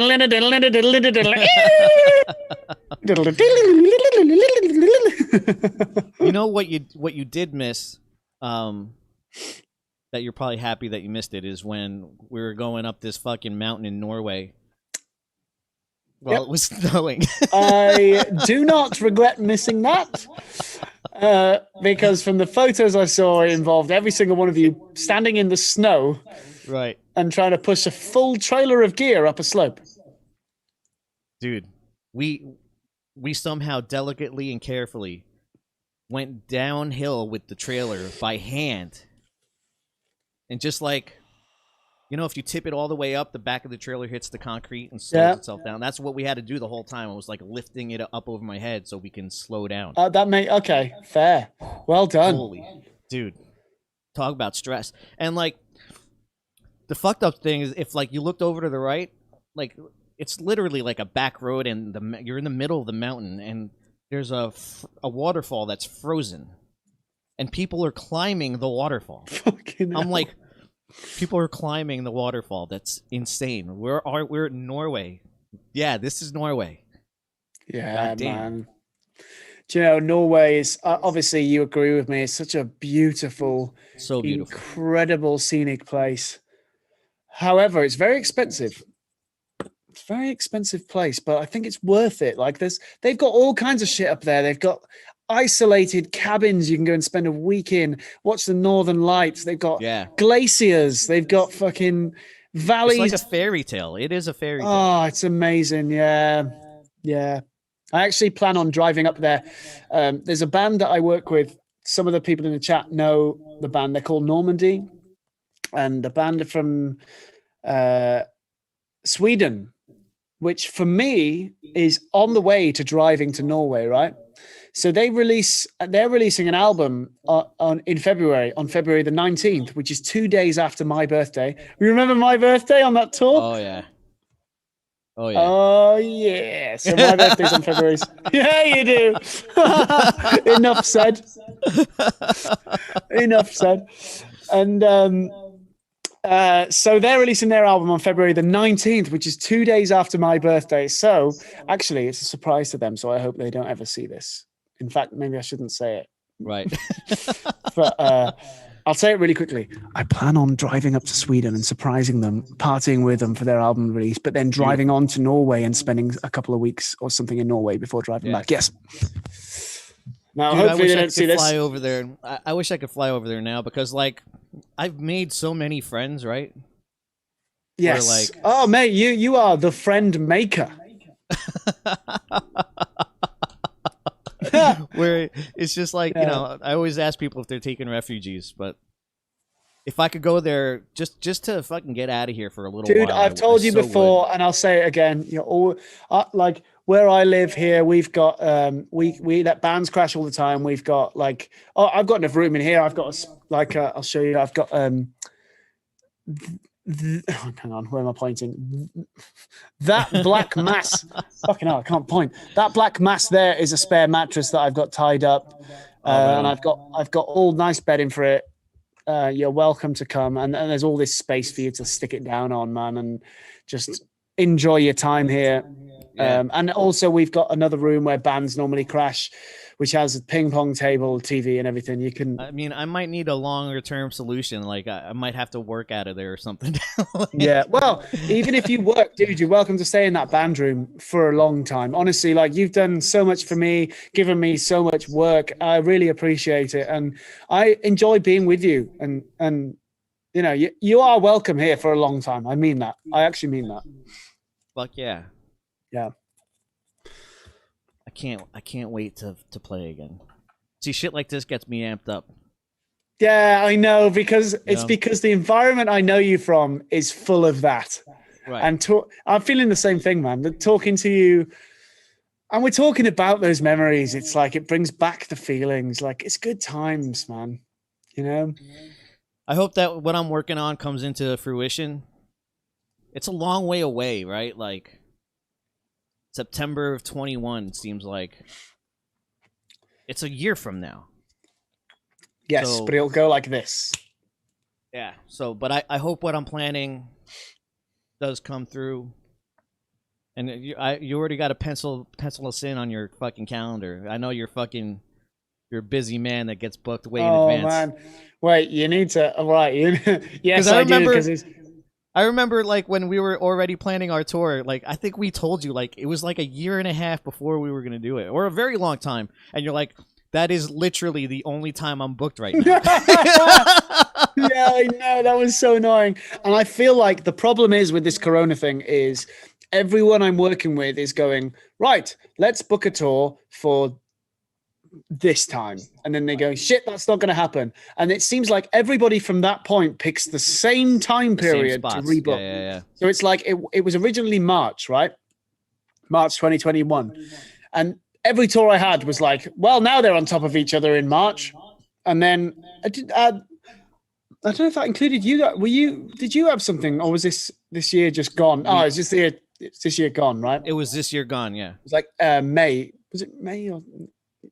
Yeah, we had pushed something. Yeah, it was supposed to be May, and then we had pushed it back till this next coming spring.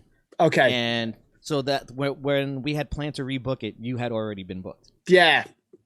You're right. And now all the stuff I was booked for is gone. It's now in October, November. Right. So now I'm guessing you're going to go, well, the new project, it's going to be October, November. It's actually September. It's in September. Wow. Let me just actually check my calendar right now on the stream. We'll see where we go. Yeah. I mean, obviously, guessing you haven't actually got it booked yet, but right.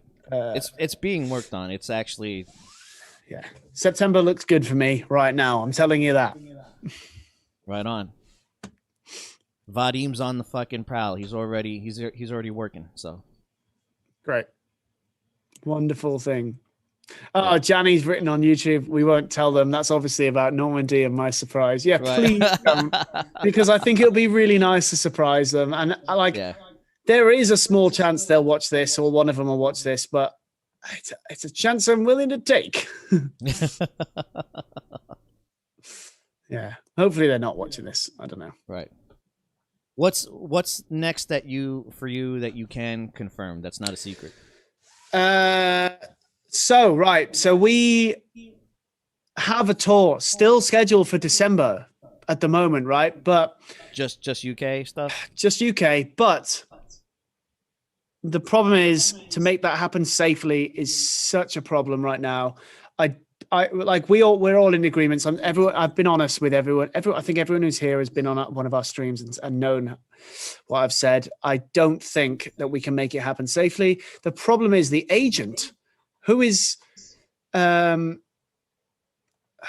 normally very good at sorting this stuff. He unfortunately went into hospital, and it's put me in such an awkward position where obviously I can't postpone a tour myself that's being booked by an agent, but it's definitely the more sensible thing to do. And even one of the promoters on the tour has gone, well, I'm moving it to July and moved it. And everyone who bought a ticket to that show has had an email saying the show is now in July. And it's like, I never said that.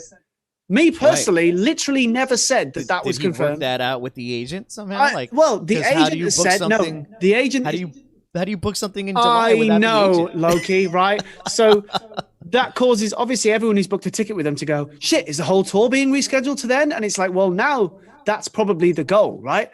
But has it been done yet? No. And can we announce it yet? No. And now, because he's been in hospital, the tour is literally less than a month away, Loki. Why is he in the fucking hospital? He won't. He didn't say, and I didn't want to ask. He said it wasn't COVID. Yeah, I guess that's some sort of HIPAA violation.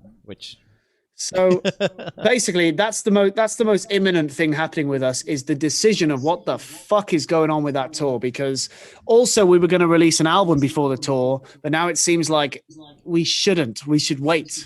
Right. So that's the next thing is sorting that shit out, which was it's supposed to happen now. Do you have do you only want to release new material when you're ready to go out and push it? No, that's why we've released 2 singles. We've released a cover recently of a girl called Dua Lipa. She had a song called New Rules, which is pretty big in the pop world. We released a rock cover of that. And that's done very well. That's got on a playlist on Spotify called Pop Goes Punk, which has thousands of followers. And that's done. Actually, we recorded it because people asked us to, because we played it live for a while. And we didn't think it would do anything for us, but it's fucking doing something for us, It's awesome. We're getting a lot of new followers and people following us on Spotify and stuff. So that's good. So yeah, no, it's not about not releasing while we're going to do something, but it's like, well, if the tour's going to be delayed, we may as well make a big thing out of it and release the whole album closer to the tour. And it gives us an opportunity to maybe replace a song that we thought was the weakest with a slightly stronger one, you know? Because it's our first album, first full length as of this band. Really? Yeah. That's surprising. Yeah, we did an EP and we've only done singles and an EP with this band, yeah. So what's pushing you away from just dropping singles like that, or like what made you decide that a full length was the right move right now? Bigger, more than anything, it's something to be proud of. It's tidying the closet into a box almost. Right. It also gives people in press and management agencies, labels, something to talk about that's more than a single. It's hard for anyone to do a write-up about a single, right? It's like, well, this is a song. Great. This is what it means. Sorted. Whereas when it's an album, it's like, you know, it's a big deal. It's a much bigger deal. And also you can get vinyls printed. You can get CDs done. It's worth the money because you can sell them for more. I mean, you know how it is. You're really into the business side of things. And that's the reason more than anything, though, is to be proud of something we've done. It's like, this is our first album. Boom. We are proud of it. Love the artwork. Love the fact I can have this vinyl in my hand with all the songs on, and it's just fucking great. It's like, you know, it's all fun and games doing singles, and everybody says just do singles because Spotify literally makes it pointless to do albums. Yeah. But our goal is, well, let's release the singles, but also shove them on an album with 4 or 5 extra tracks that aren't singles, you know? And then even after the album's out, release one of them as a single. It's like, well, they're still singles, but at least they're tidily together on an album. And if someone discovers us, it's like, oh, it's on that album. It's like, I don't know, it just feels tidier and neater and also something to be proud of. That's my view. Fucking A. Yeah. Yeah. When do you think that happens? Is that going to be... So the date isn't announced yet. Spring, but I know the date. Yeah, spring. And and there's a load of shit we've got planned now. It's nice. We had a nice meeting the other day, planning everything leading up to it. And part of it is, like I said to you, recording these podcasts and putting them to our Twitch subscribers. It's hard to make plans this year, man, because you know, right after you're done making the plan, you're like, well, fucking fuck that plan, dude. Right, I have advanced 3 tours, right, and I've advanced each of those 3 tours 4 different times. I've done entire new budgets, new routing, new fuel costs, rebooked flights, channel crossings, buses, accommodation, merch orders, everything. And I've done it 4 times for all of these tours, and I don't get paid any extra. It's like I get paid when the tour happens. And booking agents are the same. They're rebooking the same fucking tour, and they only get commission on the fees, right? Yep. So like, even the agent who's doing something as small as booking our tour, it's like he's booked our tour 3 times. Yeah, and he only gets paid once. It's horrible for all those people. Horrible. It sucks. Yeah, it fucking, you know it.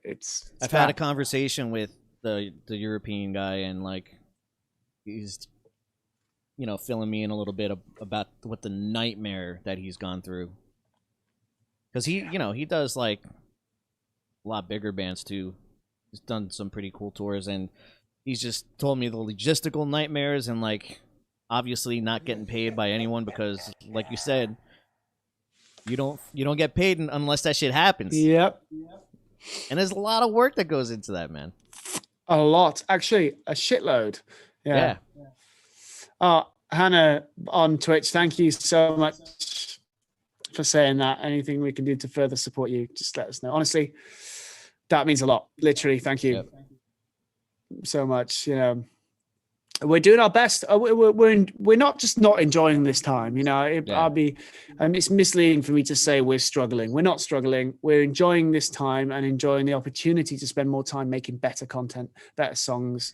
I need to be on Twitch more. I haven't really given that an honest go. Like I'm on there, it streams out, it goes out to there, but like I don't hang out there. Haven't really grown into any community yet, so yeah. I think I gotta go over there and do something. So when we started doing it, I didn't know what Twitch was. I knew it was a gaming streaming platform, and I just thought it was. I thought it was the same as going live on Facebook, right? But what I've discovered is it's a fucking magical community. Like honestly, like the support is unreal. So you can obviously subscribe to a Twitch streamer, right? And all it gets you is an exclusive emote that you can use in the chat, right? But the reason why people subscribe is not to get the emote; it's to support. It's to support the person. And I've said this before on stream to our fans. Like I didn't understand that at first. I didn't understand why. But I found myself since becoming a user of Twitch, watching streamers, seeing how they do it because I wanted to improve my own stream. And I found myself subscribing to other streamers just because I thought this is going to help you. You get to know a person, and you know, as real or as fake as that is, in our case, I feel like I am getting to know everyone who follows us on Twitch. If I'm honest, I feel like they're friends. We started a Discord server, which is like don't know if you, do you know what Discord is? Yeah. So we've got like a nice server where everyone chats to each other and they've all become a friend group. There's different titles of chats like gig memories, which is my favorite one, right? Which is, can I share my screen with you on this? Share screen. Yeah, I think so. Right, hang on. Host disabled, participant screen sharing. Hold on. That'll be you. I can change that because I'll show you quick. I'll show you how cool this is. Boom. Right, share screen. You should be allowed now. And I will share Discord. Right. So, can you see that? Yeah, I'm going to make this bigger. Hold on. Okay, so down the left-hand, can you see the mouse or not? Yeah, I can see it. Okay, so down the left-hand side here, we've got all the different categories, right? And I'm currently on gig memories, and you can see on here, right? Everyone just posting memories of being, oh no. That's me drunk in an after party. There's us at the Eiffel Tower, and it's like people. I have a lot of videos like that. Yeah, of me. But yeah, look, photos of us playing. There's, you know, our drummer with Mark from Blink-182. There's set list. Look, do you know what I mean? Like, it's so nice, man. It's like, this is Jenna Martin. Yeah. Jenny. And then, yeah, like, it's really cool just meeting people and these photos appearing in here. And I love it. Remember going out with her? We went to like that strange dance club. It was Corporation. It was Corporation. Yeah, man. So on the left, then we've got people in music. They talk about music they're suggesting, all songs to add to playlists. We got food. Everyone's talking about what they're eating. It's like honestly, right? It's a really nice. I didn't understand. I'll stop. You get the idea. I'll stop sharing now. But like, it's such a nice thing, dude. I cannot recommend it. Getting into Twitch more than like at all. It's been magical, and everyone's so supportive, and you get the monthly subscribers, which helps you raise money to pay for stuff like, you've already got the green screen, you've already got the camera, but like if you wanted a better audio interface or some sort of software that could make you do more, it's I actually need a camera because this is my phone. There you go. Well, this is also my phone. But like, people are so supportive. If you say, I want to make my stream better, my goal is to raise $100 for a camera, and then you can set a little goal, and every time people donate, it goes up slightly. And it's honestly, right, I feel part of something on Twitch, right? And I didn't know it even existed before. And we've had one of our fans called Anna, who's been so helpful with helping us set it up. I didn't know anything about it, and she's been a fan of Twitch for ages and helped me with every step. And there's YouTube tutorials, obviously. You need to do it, man. And if you want to pop onto our stream, I don't know if have you got any games consoles or the ability to play games? Yep. Then there's a free game called Rocket League that we're playing right now. You need to come on. you need to come on our stream and play Rocket League with us because Fuck yeah, that needs to happen. Fucking yeah, I totally understand about the community because I got my guys that watch every show that are always commenting. Yeah. Curtis, Chris, Dicko North, fucking Gaz, fucking I got the regulars, right? And a lot of people watch this stuff like after the fact, right? Like, oh yeah, they're usually doing something when this is going live. So I noticed that a lot of people go on YouTube and watch it like a day later or whatever. But I have like this foundation of people who care and have been helping me and like support in Patreon, and I do some some stuff exclusively over there just for them.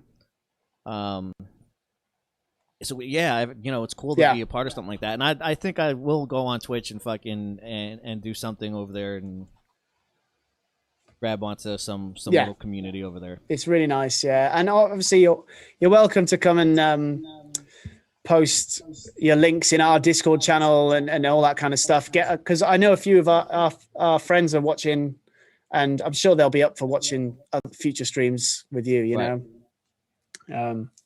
So I'll just send you that link after this if you want it, if you're interested in just checking out. Because you can also have a time to have a look around in the Discord server and see what it's all about, and see you can make your own then and share your link to it and get everyone in on it. Well, now I'm glad I know that exists, so now I can share some embarrassing photos of you. Don't do it. Oh no, your phone gallery with regards to me is a dangerous place. I'll filter it out. Everyone's telling me to do it. Oh no, who's telling you to do it? Oh god. It's basically just tons of being in a bar. Pissed. There's a lot of being in a bar. Yeah. I mean, to be fair, that's kind of our job, to be at a bar. Yeah. I know. We get paid to be in a bar. Yeah. Well, I tell you what then, if it's all PG, feel free to post it in the Discord. I don't know what the fuck channel you'd put that in. I don't know. I actually don't know. Gig, would it be gig? I guess it would count as gig memories for you. Memories. Yeah. Right. Yeah. I mean, there's also a lot of gig memories. There's also a Chris channel in there somewhere. Oh god. We can put because I have a lot, dude. I looked at my videos recently, and there's a lot of you doing I have so many of you doing the plah with Adam. Yeah. Oh, Boots is back with a Budweiser. Right. Made Boots, what's up? Oh, you don't have your apron no, on yeah, anymore. He said, Boots, what's up? Hello. Where's my pliers? Yeah, dude, it's a twist cap. Oh, these are twist. It's I didn't know. Where are the pliers? I'm gonna have to ask you. All right, he's got one question. Give me two. It's not. It's you can leave it on. Oh, okay. These vocals, I've bounced them as 16-bit, and they asked for them as 24-bit. So when you just aligned them and gave me them back, would they be 16-bit still, or do you export a 24-bit? I can export a 24-bit. But if I've given you them in 16. You can upsample. And they weren't. It's fake samples. They weren't. But can you just do that then? Can you just I've actually bounced them again in 24-bit, unless you want to align them again for me. It's up to you. What, you bounced them pre-alignment? Yeah, I've gone back and bounced them as 24 rather than 16. Can you bounce mine as? Oh, I'll just bounce mine as 24. I'll do it for you. All right. Yeah. What the fuck shorts are those? Hell? Oh, he just fucking. He goes, they're Bury Tomorrow shorts. Do you know the band Bury Tomorrow or not? Yeah. Laughing at you, stacking it over. Thanks for the beer, man. What do you think of the penny of fries? Amazing fries. Perfect amount of spice. Oh, do you know what, that boy? Fucking my friend Rick Carrillo, who does all my he's done all my my logo. He's done a lot of the visual effects. He's liking your setup. He said, great lighting, great cam, good audio. Oh, your setup is tight, son. Oh, do you know what? Right, audio-wise, when we started streaming, I went through so many versions of a setup, right?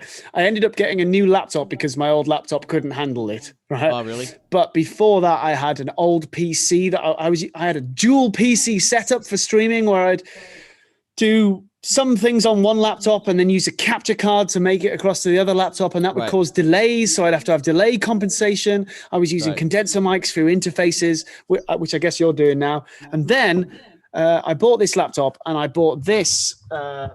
This is hello, welcome to the stream, sponsored by Elgato.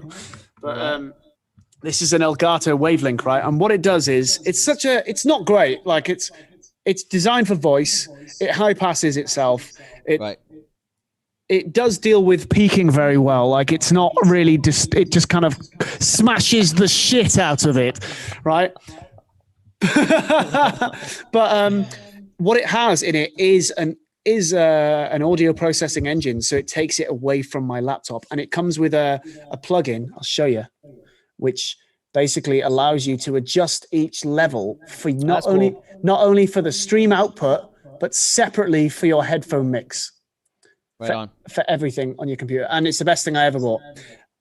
And it's so easy to use, so portable, and it means I don't need an interface and an XLR and a mic. I can just go around with this little USB mic, and it's great. Cool.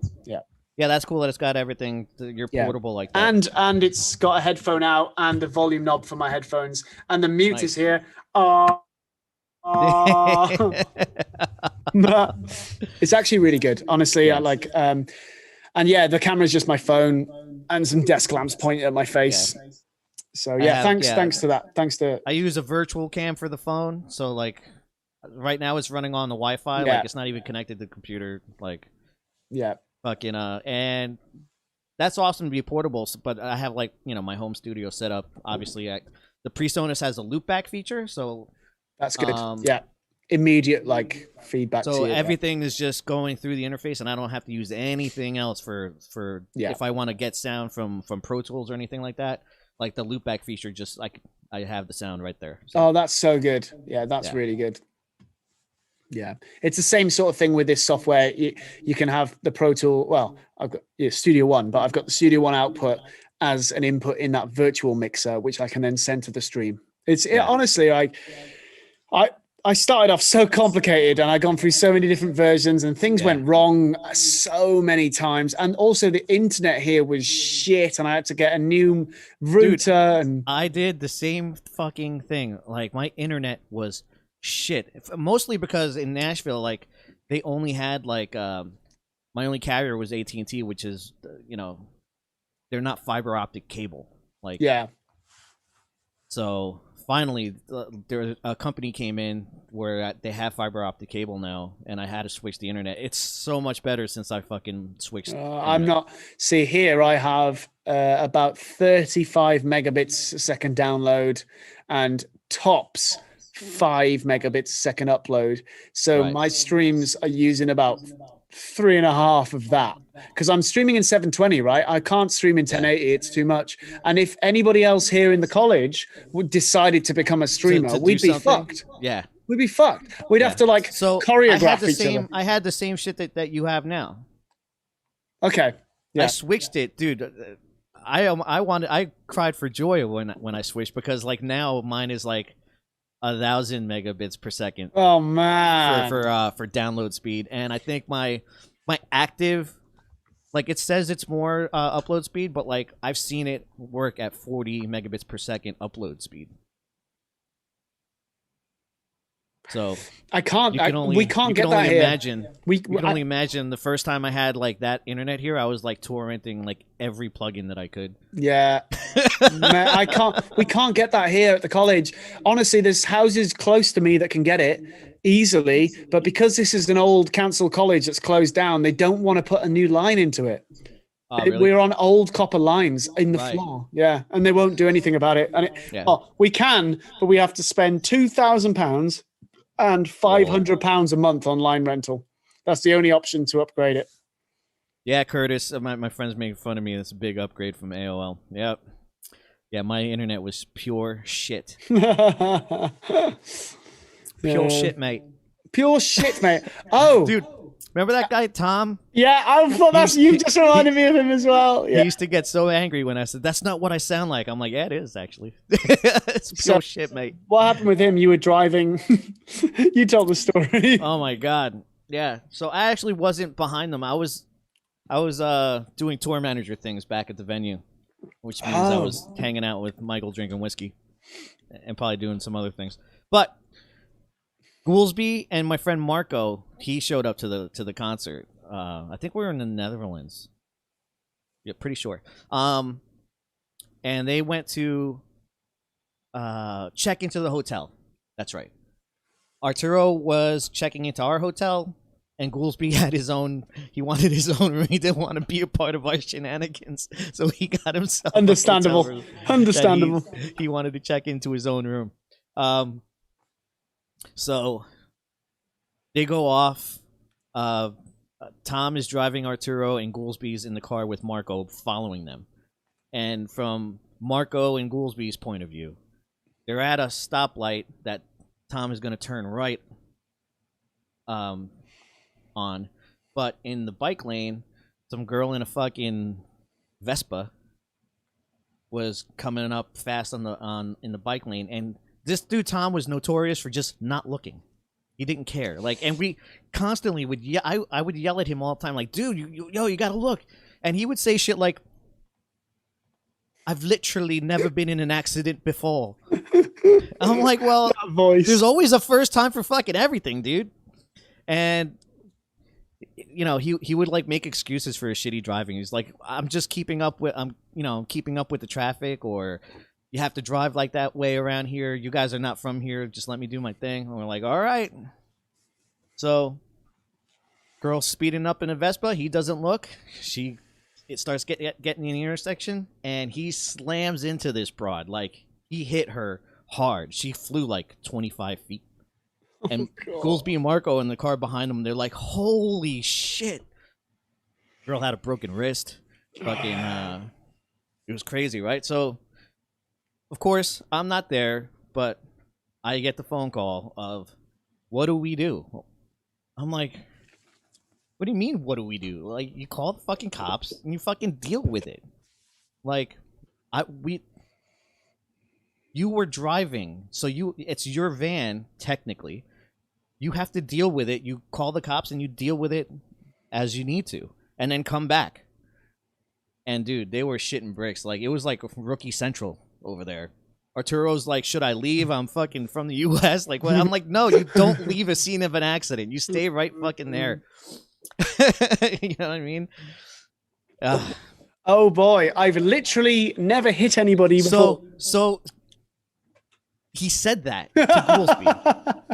He said that to Goolsby, like, because he's flustered now. He's hit someone. He's nervous, and he's like, and he goes to Goolsby. He's like, I've literally never hit anyone before.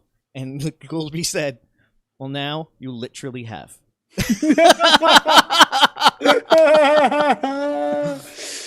Oh, it's so good. I mean, it's horrendous. It's also so good. So the girl, I guess, was in the country illegally, and she didn't want to wait for emergency services, so she just bailed.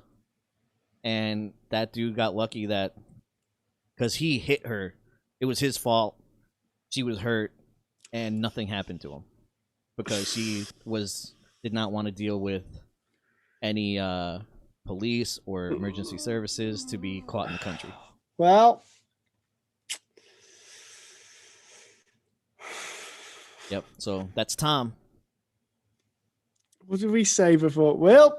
Yep. Dude, we were in the fucking Swiss Alps, and like I there are these pull-offs where like they have these scenic pathways that you can pull off and check out the beauty of the fucking Swiss Alps, right? This motherfucker, like, there's so many awesome spots. Like, yo, Tom, pull off here, and he's like going too fast to actually pull off, and he's like he was like a very nervous driver, like sudden movements and shit like that. Yeah. So he picks a spot, like he finally stops. Like, you told me this story. He thinks it's a great spot to stop. Like, it's on the major roadway. It's not a pull off at all. He just like pulls to the shoulder, and the shoulder is not even big enough for the van. Like we're still seeping out into the lane. It's so Bro, nuts. cars are passing us, and the van would shake every time a car passed us. It was just like, I'm like, yo, we're going to die here. Like, why are you stopping? Not only that, but like, he's like, go ahead, go out of the van and check it out. And I'm like, dude, there was a rock quarry next to us. There was nothing to check out. Like, we had already passed everything that was beautiful. Now we're standing in front of a pile of rocks, where cars are whizzing past us at like 90 miles an hour down the mountain, about to die. Like, this is the place that you fucking choose to fucking stop, man? And I feel bad because this is pure shit, mate. So that guy, I don't know if you know, I think we did talk about it, is some shit went down with him after that whole thing, involving him being a creep with some girls and all sorts of thing, and him leaving the music industry altogether. But I feel bad because the reason why he was driving you is because I was supposed to be driving you, but I was unavailable. So I asked around, and a lot of people recommended him and said he was a good guy. Like, I actually still to this day, I don't think I ever met him in person, but everybody who I do respect their opinion said, yeah, this guy is your guy. And then everything you've told me is like, well, obviously he fucking wasn't the guy. And then that whole shit happened afterwards where he basically got cancelled from the music industry. And it's like, well, I guess he wasn't a great guy. I couldn't feel worse about, I was part of the chain that put him on. Obviously, I remember there was actually a list I gave you that had a few more people on, but like, unfortunately, he was the guy, and he had that really small. It was because he was the cheapest. I remember he had the small. Yeah, he had a small little. Yeah, so it was way cheaper, something. wasn't it? Because it was a smaller van. Yeah, that's it. Which makes sense. I would have probably gone for that as well if I was you, but didn't know he was that guy. Yeah, neither did we. Oh boy! I think he got upset with us at the very end because. So I think we ended that tour. I don't remember where. It doesn't matter. End of the tour, he has to drive all the way back to the UK, but we sit down at the end of the tour, like, all right, we do the calculations. What do you need to get home? And he told us X amount of money to get home. So we gave him exactly what he asked for. No fight, no nothing. We fly home. We get an email from him later. I guess the ferry or whatever to cross back was much more expensive than he thought it would be, or whatever the fuck. And he gave us like a whole new accounting of what we owed him after the fact. And we're like, bro, that ship is sailed. Yeah, you know, when someone says, when someone says how much do you need to get home, what you do is you get your laptop out and you book everything. And you say everything. Well, you know how we were doing it, because we did it with you. Like, all right, so this is let's all sit down and figure it out. Yeah, I booked a load of the crossings we had. Do you remember? And Michael just gave me the money back.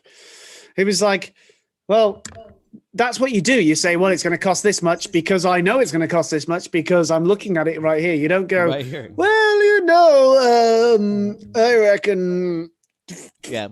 15 after the pounds. fact, he tried to hammer us for a couple hundred more British pounds or whatever the fuck you guys use over there. So once again, I am sorry for being part of the chain that recommended him to you. It's a shame. I'm sure you still had some good times with him, though. To be honest, most of them didn't include him. Like, most of them did not include him. Although he did party one time, I think, in Essen. He partied one time in Essen, I think, and he got rip-roaring hammered and did a little too much partying. Yeah, and he couldn't hang. Yeah, I mean, he could not hang. You are a shell of a Chris Lanterns. You spoiled us with anyone that was out there. That's so nice of you. Yeah, I mean, obviously, I would like to hope that whatever you're working on now becomes fruitful, and I hope that I end up working with you. Well, I feel it. I know we will. No matter how small it is, I know we'll end up working together again. I don't care. I'd rather tour with you for a pack of peanuts a day than not tour with you again, because it's a lot of fun, man. Like, you know, I gained the nickname Scooter because me and you would just go around on fucking me, you and Adam would go around on scooters all the time. Exploring, you know, there's a lot of pictures, the scooter gang pictures, where you know you would set up your phone. There's a lot of those. You should put them in the. Definitely jump in our Discord. Wait, can I? If I put the link in one, what's the best? What's the best? Should I put it in the Facebook? Yeah, or YouTube or Facebook, doesn't matter. I'll do right. Just copying it now. Who's Yanni? Essen is hometown for Yanni. Oh, yeah, Johnny, yeah. Essen is, it's weird, right? Essen is quite a small place, but it's like every tour seems to go there. It's one of those places. And we always have, you know, because that place that we were playing has the flats upstairs. Wait, which was Essen for us? Which venue did we do? Don't Panic. Yeah, dude, I got a hotel room that night.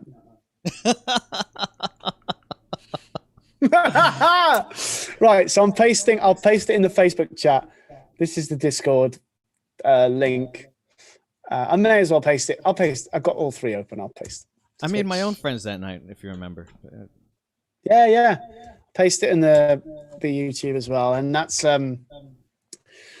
like the whole community where there's all those photos, and Loki's going to share some more photos, I guess. Oh yeah. Oh boy! Please be selective. Define selective. Define selective. I would like to remain a respected individual, please. Got you. Thank you. I don't think I have anything that you wouldn't be a respected individual. Yeah. Good. It's I mean, that bad. I've never done anything that's not respectable. Right. What are you on about?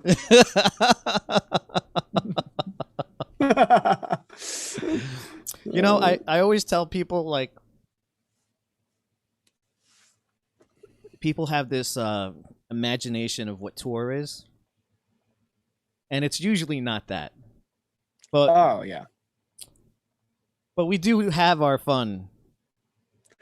Do you know what? We have our fun. So, you know me, I mostly tour within the pop punk, pop rock, and pop genres. Let's be honest. Right. That's most of my work comes from word of mouth. In fact, all of my work comes from word of mouth. And so once I work with one pop band, it's like another pop band and another pop band. And I do enjoy it, you know. But there's a thing, the more pop you go, the more there's this thing called cancel culture. I don't know if you've heard of it, right? And it's like you step 1 foot wrong, like you look at a fan in a way that you shouldn't, and they're all over you, posting on Twitter, and you get cancelled. And there's bands I know, bands I've loved, and guys have met. Obviously, there's people who have genuinely been dicks and done some horrible things, and them being cancelled is justified. At the same time, I don't believe an entire band should be cancelled because of a member, unless they stick up for him and say, we're not kicking him out, we stand by everything he did. But there have been bands completely cancelled because of, you know, one members. I mean, you know, going into actually, yes. I know exactly what you mean. You know exactly what I mean. And it's so unfair because actually, yeah, you never said that stuff, for example, that Michael said. And unfortunately, it's like, I mean, as far as you know, you won't tour with Michael again. Obviously, you've got these plans to move forwards with something else, which I know will be good. You know, you're a very talented guy. But it's like, unfortunately, due to something beyond your control completely, you've had some effects put upon you that, you know, and that's I find the more pop you go, the worse that gets. And so touring with pop bands is very like, you play the gig, you load out, you go home. The more rock and roll you go, man, I toured with a band called Hidden Charms, right? Rock and roll, man. And it's like literally the definition of that tour was the band equals sex. Yeah. Huh? And it was like, I remember we had hostels. I was tour managing that, right? And that was the first paid tour I did, tour managing. First gig was in Berlin, and the guys brought 16 girls back to the hostel with them. Jesus Christ. Yep. And there was like a games room downstairs. he goes, yep. Yep. And I was stressed to fuck because I booked that in my name, and the hostel staff were looking at us like, what the fuck are you doing? I'd gone to bed actually, and trying to pretend it wasn't happening. Yep. And in the morning, I woke up to the fact that the guys in reception were like, we've locked your van in the car park because your guys have broke our ping pong table and we need 400 euros before you go. And he showed me the CCTV footage, right? It's the funniest thing, right? And what it was this. The drummer got on the ping pong table like this. Oh, God, that's the symbol. I forgot the symbol. Right. It's already cracked. It's fine. Yeah. And so he got on the ping pong table like this. And he's dancing on the ping pong table. Right. Like, come on, girls. Come up onto the ping pong table. Oh, no. And the girl's going, no. And this is security footage, so it's 1 frame a second. So it's like this. and he anyway, the ping pong table is one of those tables that folds up in half and is on wheels.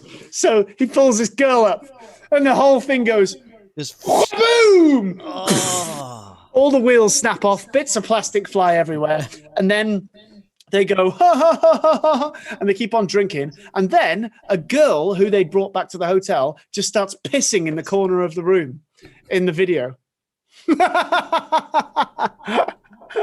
So the hotel staff are telling me this in the morning, and I'm just there like, this entire booking is in my name. This entire booking is in my name. And they're like, you need to pay us 400 euros before you can leave. So, and that's the first day I've worked with this band. The first day. And so I called the management like, 400 euros of the budget is going to disappear on day one. I'm really sorry, but we cannot get the van out of the car park because they've smashed the ping pong table to pieces. Anyway, so we had to pay the 400 euros. And it carried on. And there was nights where we were in hostels. I was on the top bunk. One of the band members was underneath me, and I'm just sleeping like this. And it's like this. Right. Just no respect. No respect. And no respect. And it was the first paid tour I did. I didn't know what to do, but then they set the bar very rock and roll. It was like I had to kick girls out of the van every night before we left. Right. And that's the total opposite end of the spectrum to where I normally work, which is none of that. It's like you do the gig, you're very professional, and you leave and you go back to the accommodation. And it's nice. Where you guys sit, where you sit in my mind, Loki, is a nice balance of the two. It's like fun is allowed within the genre you play in, but also it doesn't take the piss. It's like you can enjoy. It's the best nights. It's like I'm not spending the night cleaning up, dragging people out of clubs, throwing up all the time. It's like, yeah, Howie had his issues, you know.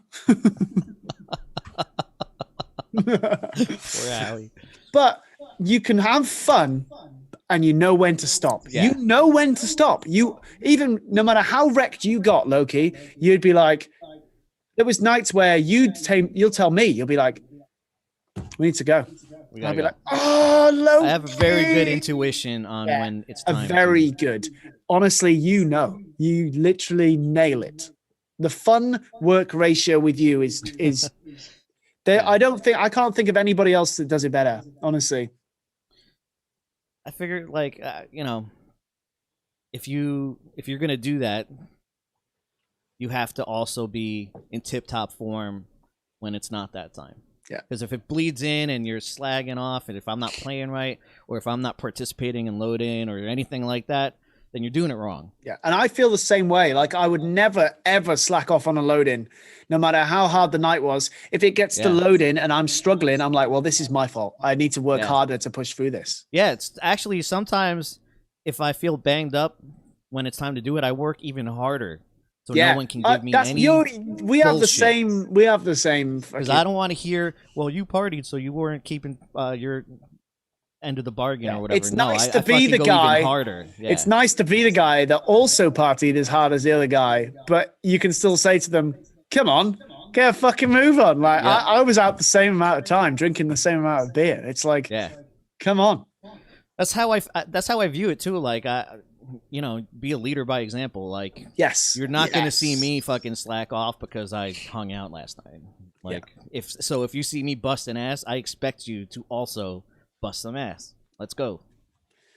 Yes, exactly. And I can't think of a single time where I've not been in control of that myself.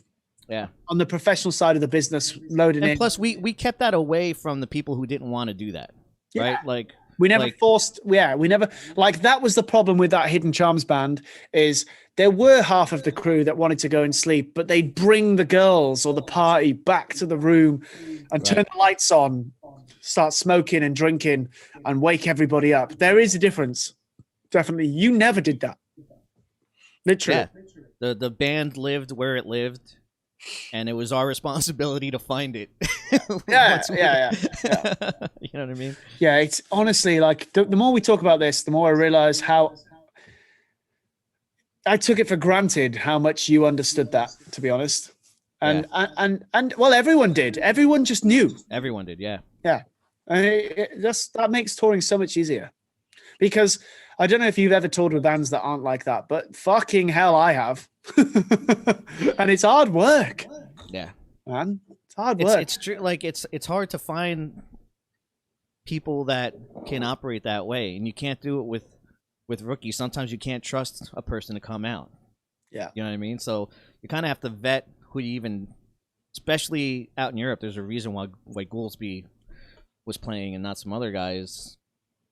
We had to make sure that we had a responsible person fucking out there. You know what I mean? So yeah.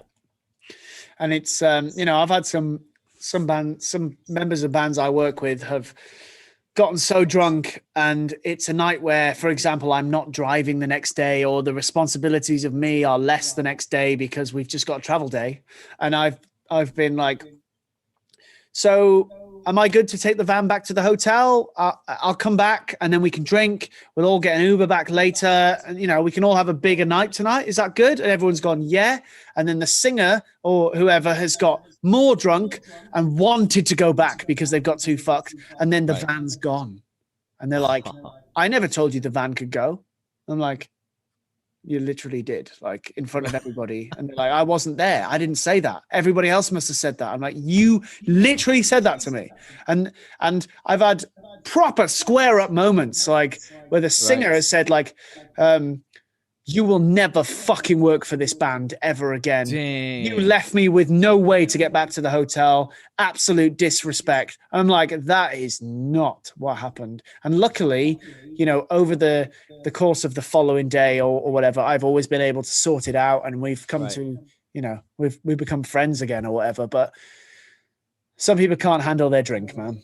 No. And as the role of TM, it's, you got to deal with that shit. And you guys, effortless. You especially, Loki, effortless. You can count on you to manage an entire tour and manage the entire party. And I think I'm trying to think of anybody else. No one I can think of does it as well as that. No one does it as effortlessly as you. People do it, but they have to check themselves and be like, nope. And they'll give in for a second and be like, nope. Whereas you're always like, party. We should now go. You're very good at it. And also, even if like I get tired and I go to bed and you're like, I'm going to fucking carry on partying. I don't think you were ever late once for bus call in the morning. No. Not a single time. Dude, sometimes it's like a magic ride where I don't know how the fuck I got back. Yeah, I remember you saying. But I got there somehow. Do you remember when you turned up at the bus with an entire guitar and you were like, well, she gave me a guitar. Hold on. Oh, have you still got it? And we were all just like, what the fuck? It's really nice as well. AMG pickups. Bro. And the play is great. Talk me through what the fuck happened. Literally. All right, well, one last look at this. It's so nice. I'd love that. I'd love that guitar.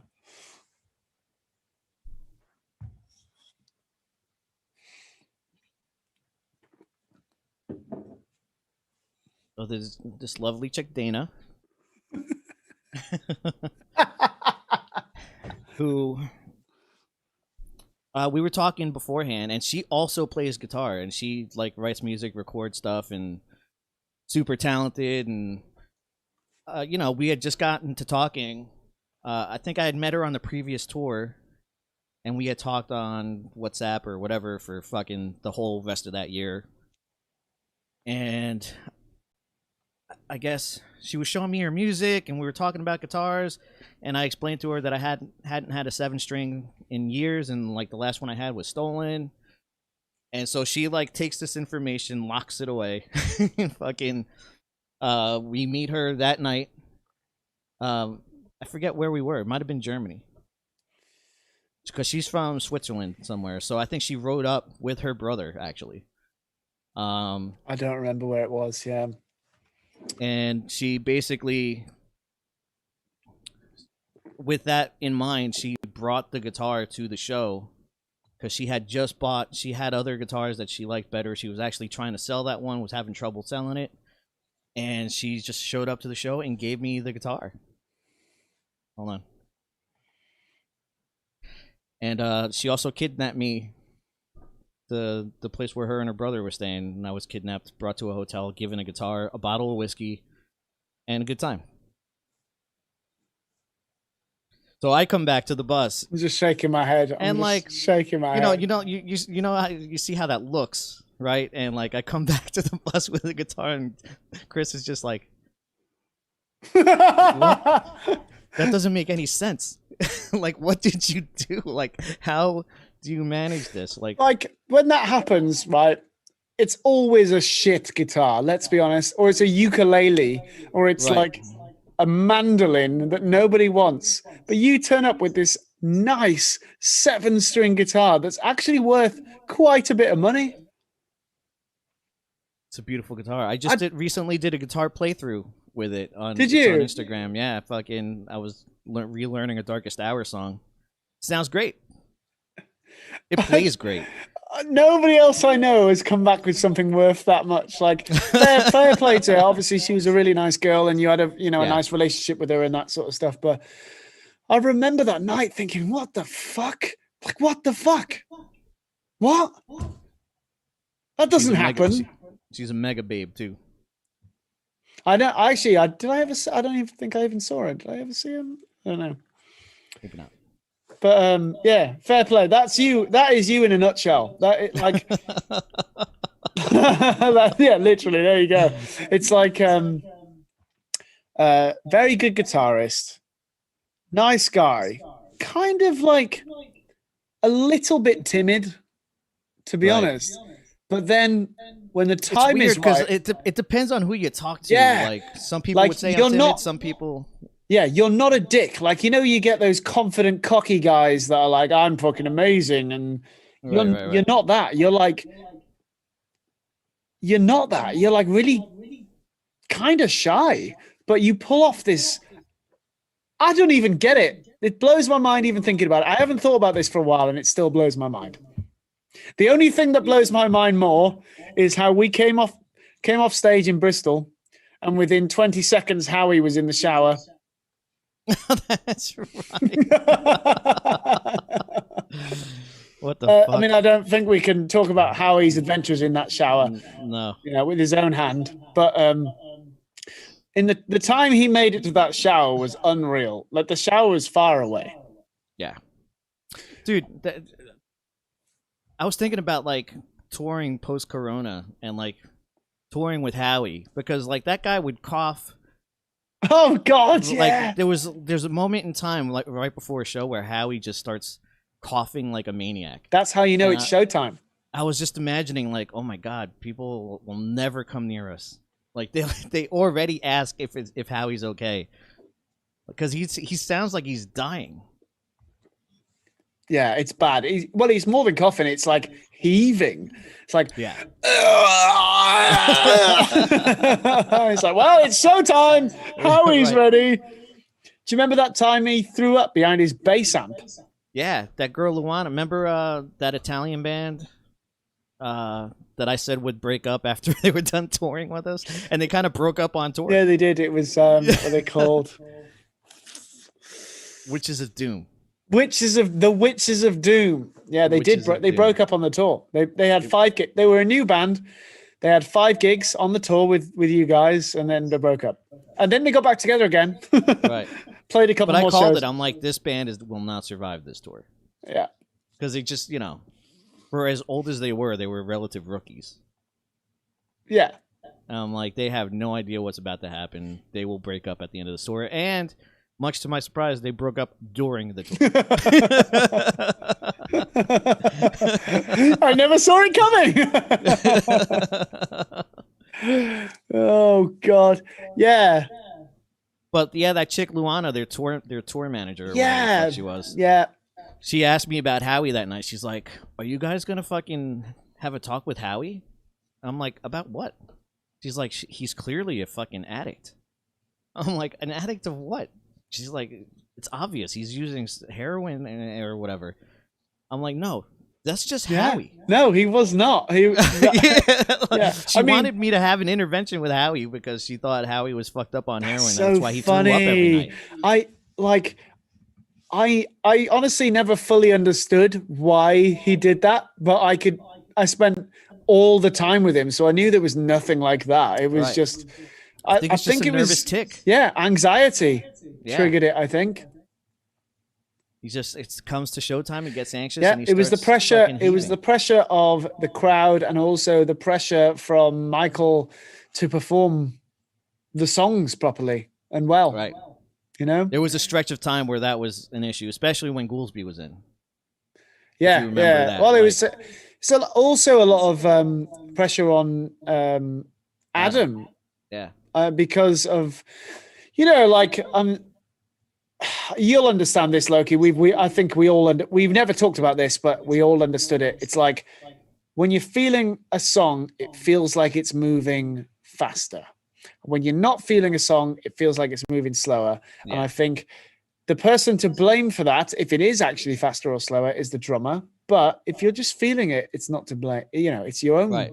It's your own mental perception Yeah. of what's going on. And a lot of the time it was his own perception. Yeah, there was a lot of Of what that was going happening. on. And then once Adam went to click track, that entire problem went away, It did. which was South America is wonderful. when we introduced that.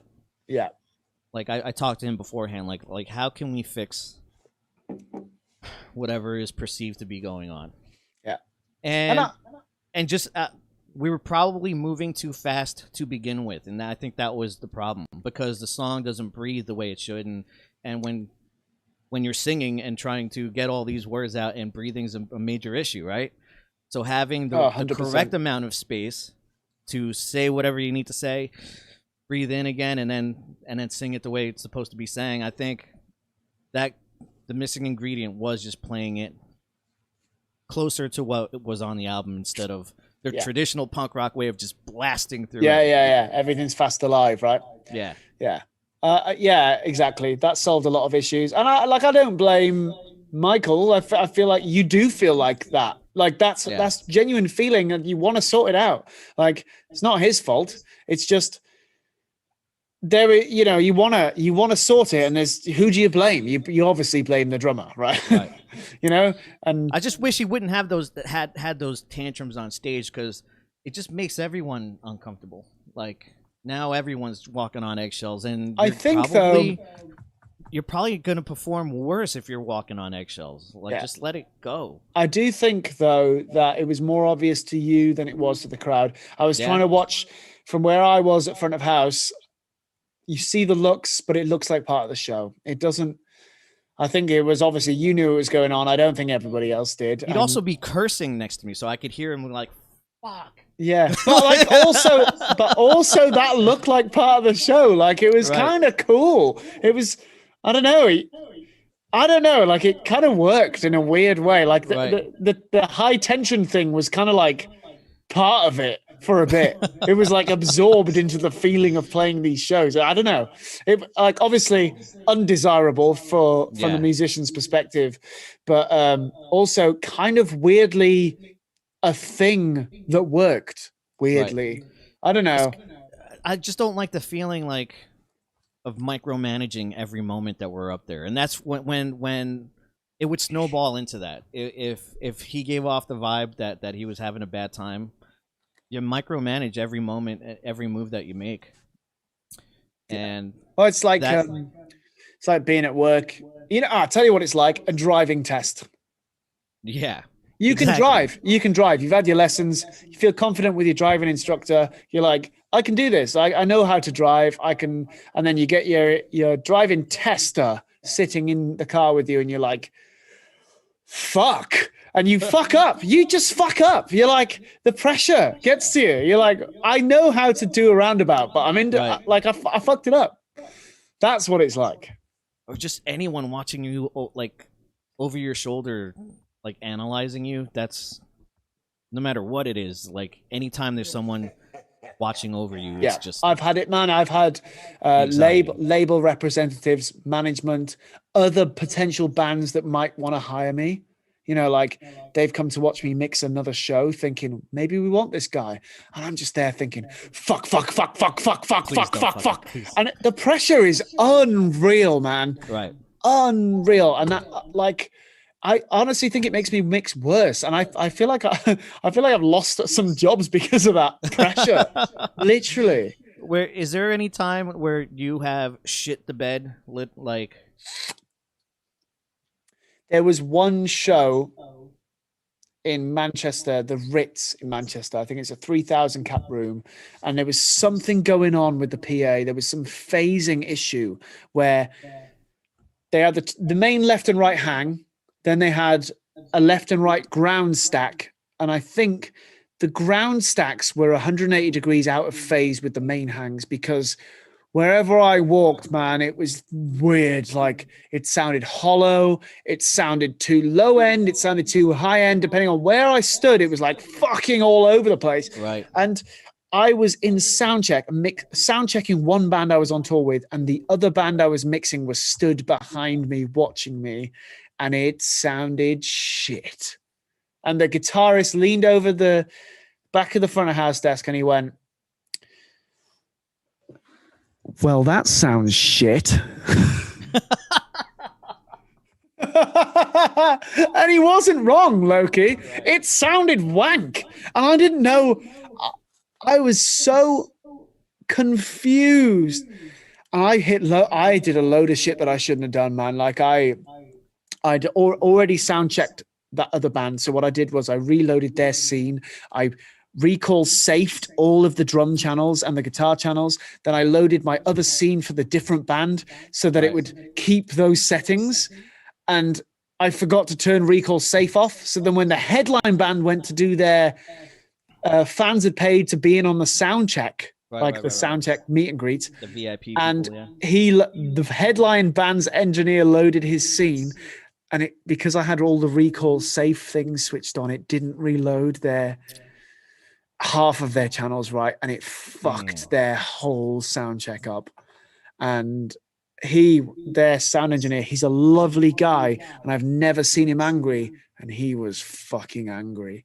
And I fucked up. I panicked. That's actually the biggest example I could, and it always comes back in my head sometimes, you know, the biggest example of me fucking up was that. I panicked.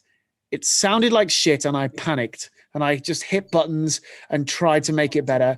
And in the end, do you know what? The show went fine. The show went fucking fine, and it was great. Thank God. But fuck me, I wanted to kill myself. Like, honestly, like everybody hated me to do it. Like the entire headline band's crew knew what I did because he told them. Damn.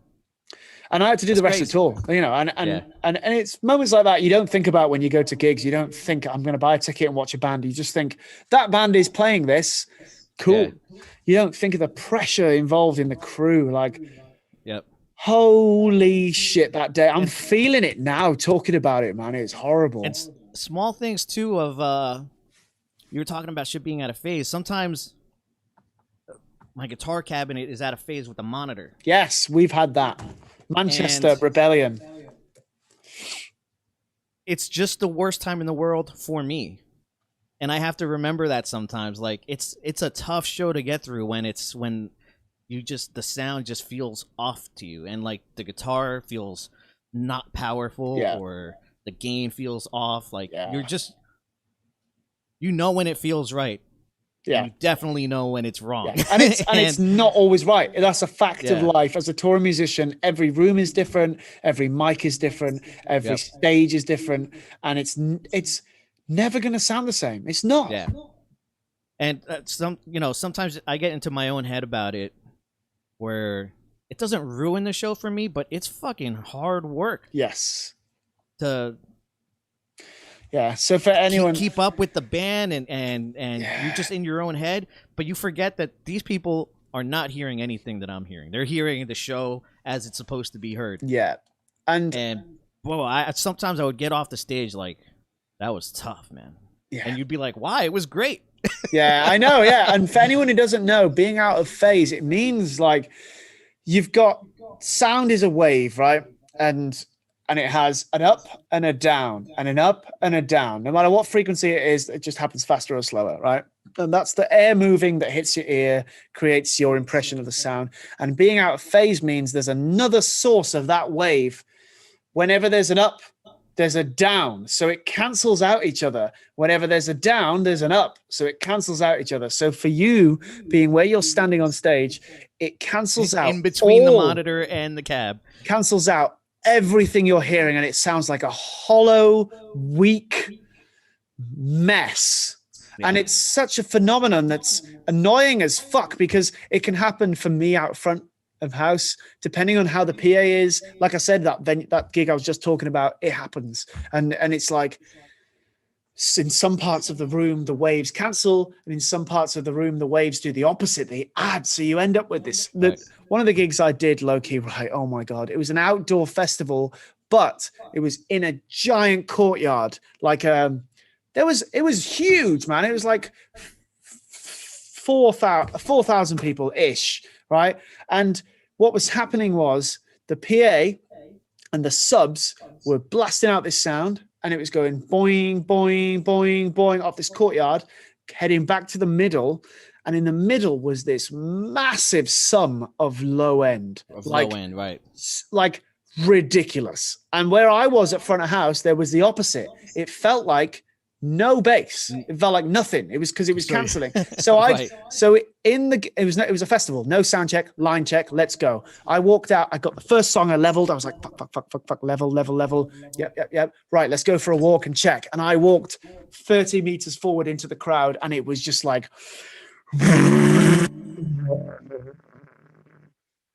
so much. It was like, so much low end. I was like, fuck me. Walked back to where I was mixing, obviously brought it down a bit. Then I was like, went for another little walk around the edges, and it sounded like the weakest, shittest thing. And sometimes with sound, there's no winning. It's like, you've got to think, all right, most people are, for example, center stage, 10 meters back from the barrier. They're the people who paid because they're the biggest bands. Let's just go, right, I'm mixing for that point. And it's like, you can't always mix for everywhere, especially when it's outdoors or big. Like, the bigger, the weirder that gets. And the more you depend on a clever system, PA, well-aligned PA. And it's like, sometimes you don't get that. Like that day, that's the worst it was, man. It was so, you couldn't stand there. People were moving because of the low end. And where I was mixing from, it sounded great. Weird. There's sometimes when you walk into a venue, like right off the bat. Yeah. The PA is well behind the first few rows of where people are gonna be. So I always singing enjoy like inside people the- like they rush to get to the front, right? And then when the concert starts, they're like, I can't hear the singer. I'm like, well, you're standing in front of this, like Yeah. you're behind the speakers technically, so Yeah. you're not hearing So anything. it's besides easier. my guitar. Yeah, so that's what I was about to say. It's easier when you're working with a band that use like Kempers or digital guitar simulators. It's Right. easier when there's no cabs. I can chuck a monitor wedge on the front of the stage, spin it round, face the audience, and just blast my mix out of it. And that Right. kind of cancels. Apart from drums, that kind of cancels it out. But when you've got a backline blasting guitar, bass, it's like, then I can create a different mix that's vocally dominated, but it's like, it's never the same if you're right against the stage in a small venue behind the PA. It's impossible. And I hate it and I love it. The challenges, Right. honestly, the challenges of every different room, every different PA, working on different desks, even working with different bands, I love the challenge, and it is a challenge. No day. I mean, some days are easier than others, but some days are fucking hard. No matter how long I've been doing it, I still walk into a venue one day, and sometimes it tricks you. It's like, yeah, I know this is gonna sound good. It's like, yeah, and then the headline band sound check, and you're like, yep, they sound great, and then you get your band on, and you're like, oh boy, how the fuck did he do this? What? Right. And then it's like, work as hard as you fucking can just to get it to sound good. And then you know what? The payoff is in the reward of the show. Like for everyone involved, band members playing, guitar techs, backline techs, drum techs, it's tour managers, me as a front of house engineer, it pays you back. It pays you back so much. It's all worth it. I can't think of any other job that's so gratifying and rewarding as what I do, man. Did we get a sound check in for Vakken? Nope. Line check. Just a line check, right? Yeah. And it's mate, I was happy. I was happy as fuck. I'd never been more excited for a show in my life. Like, what an amazing. I was amped. Dude, that was incredible. Hang on. Right, I have a video. There's a history of that band eating shit at the biggest shows. Like whenever we played very large venues, like something, it's not that we sucked, but something would go wrong. The guitar amp would go down, something wasn't working, the monitors didn't work, fucking vocals would go down. There's a history of that band just like at the premier shows, something like that would go. Can I share my screen again to show you a photo? Yeah, I think you're set up. Cool. Right. There you go. That's a photo. That's a photo I took at that show, right? From where that's my mix position. And you can see the energy in that crowd. You can see the hands in the air. Bro, how epic is that? Yeah. Those flamethrowers, man. Fuck me. I could feel that in the pit of my stomach on the stage. Yeah. Whenever that guy set that shit off, it just like it warmed my whole body up. Yeah, I had a lot of fun. I had a lot of fun with that guy. He was definitely over the top, and definitely out, and definitely out of time sometimes. But fuck me, was that fun? Can you see my mouse on top of the photo? Yeah. So this bar here, right across the top, was filled with flamethrowers going up as well. There was these see these little blue flames. They also went that way and that way. Oh man, it was insane. The one in the center did it like a wave, right? It would just like go back and forth. Like, yeah. And there was a massive giant one going straight up in the middle as well. Yeah, I have a picture of all three of them just fucking going. That show was awesome. That was fucking awesome. And it went so well for me on a console I like. And it sounded great. And I walked forward into that crowd there and it sounded consistently great all the way forward. Great time. That is the one show, the one gig, like premier gig, where we just knocked it out of the fucking park. Yeah. Oh, that was great. And you headlined the stage, right? Apart from like some after party DJ thing or whatever. Right. Yeah, that stage we headlined that night. Yeah. And Like I remember I was sound checking while Slayer was still playing. Yeah, and I remember because I walked past and it was like, what's the This is so surreal. yeah, Slayer's playing there right you now, go. and I'm sound There's the checking. riff. Yeah, man. Yeah, Yeah, great, man. great festival, great time, loved it. Yeah,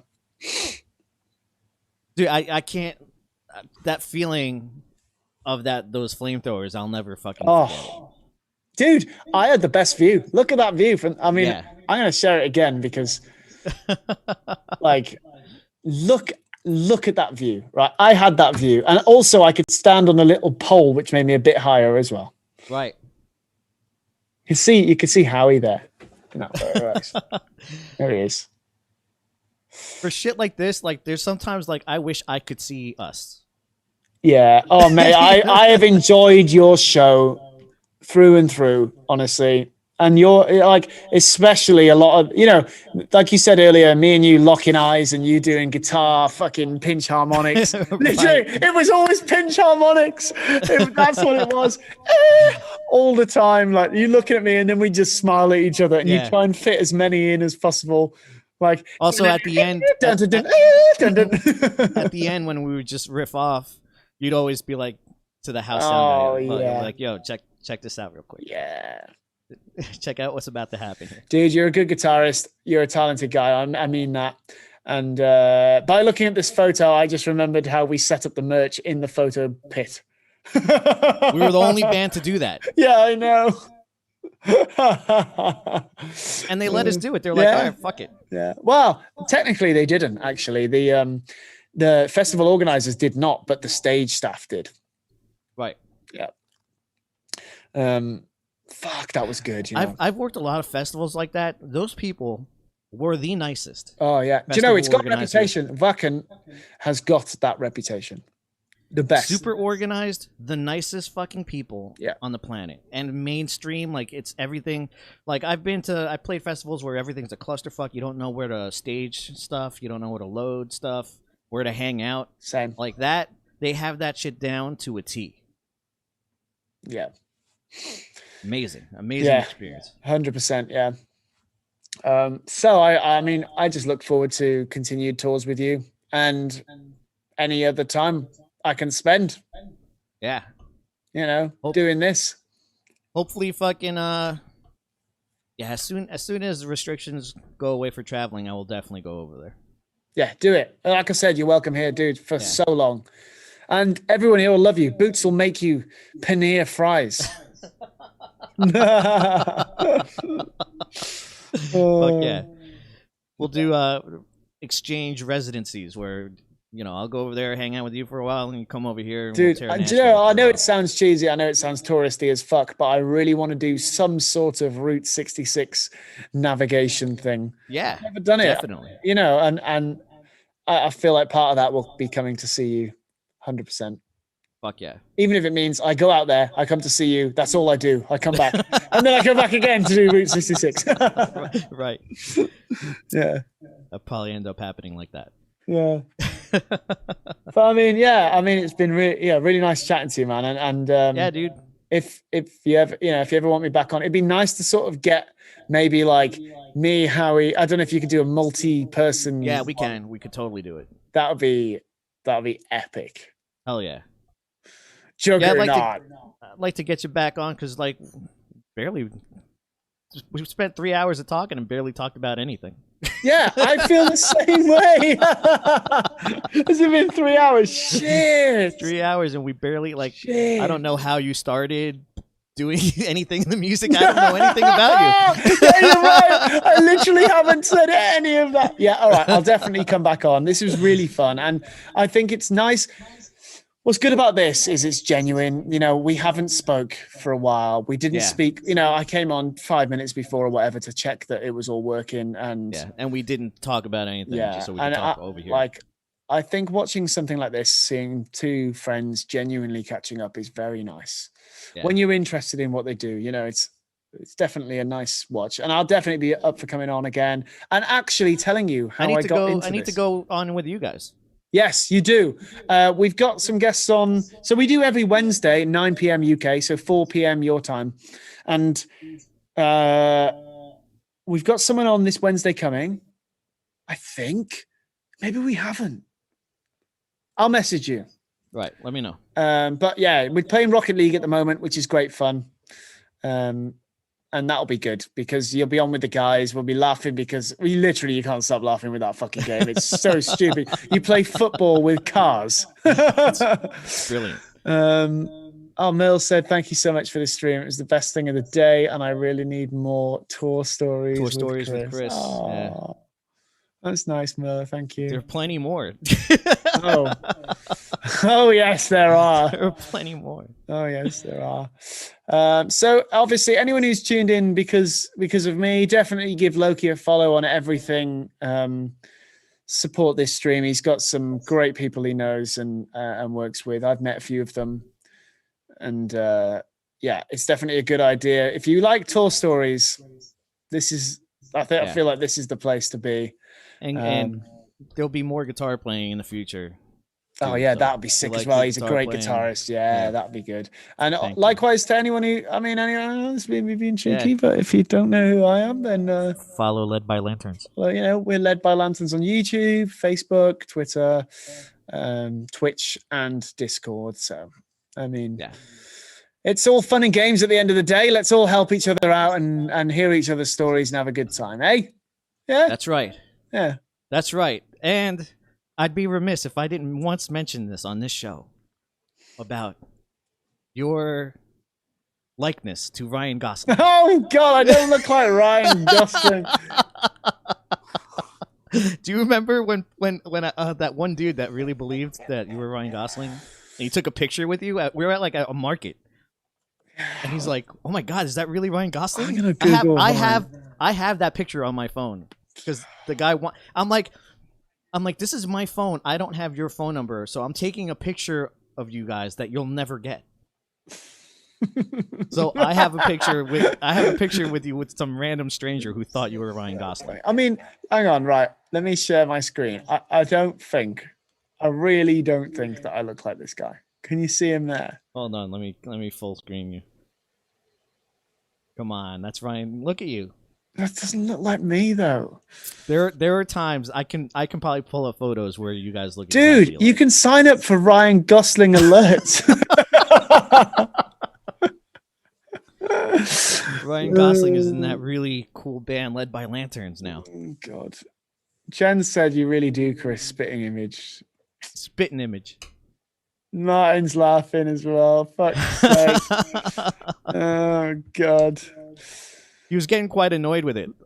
Because I would constantly tell chicks that, doesn't he look like Ryan Gosling? Oh my God, yes he does. Yeah, You're but right. I don't look like Ryan Gosling. I think you should shut up. It's not a bad comparison.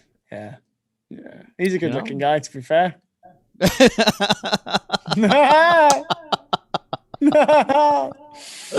Oh God. Fucking A, Chris. Yeah. All right, guys. It's been amazing. Yeah, like I said, if anyone who knows me and doesn't know Loki, follow Loki on everything. And, other way around, if you fancy it, drop me and my band a follow. Yeah, it's nice. It was nice chatting to you, Loki. Fucking great. Damn, someone's saying that now they're only going to call you Ryan from now on. Oh, no. Oh, boy. Who said that? Oh, no. Merle. Oh, no. What have we done? What have we done? Hey, you're welcome, buddy. Oh, God.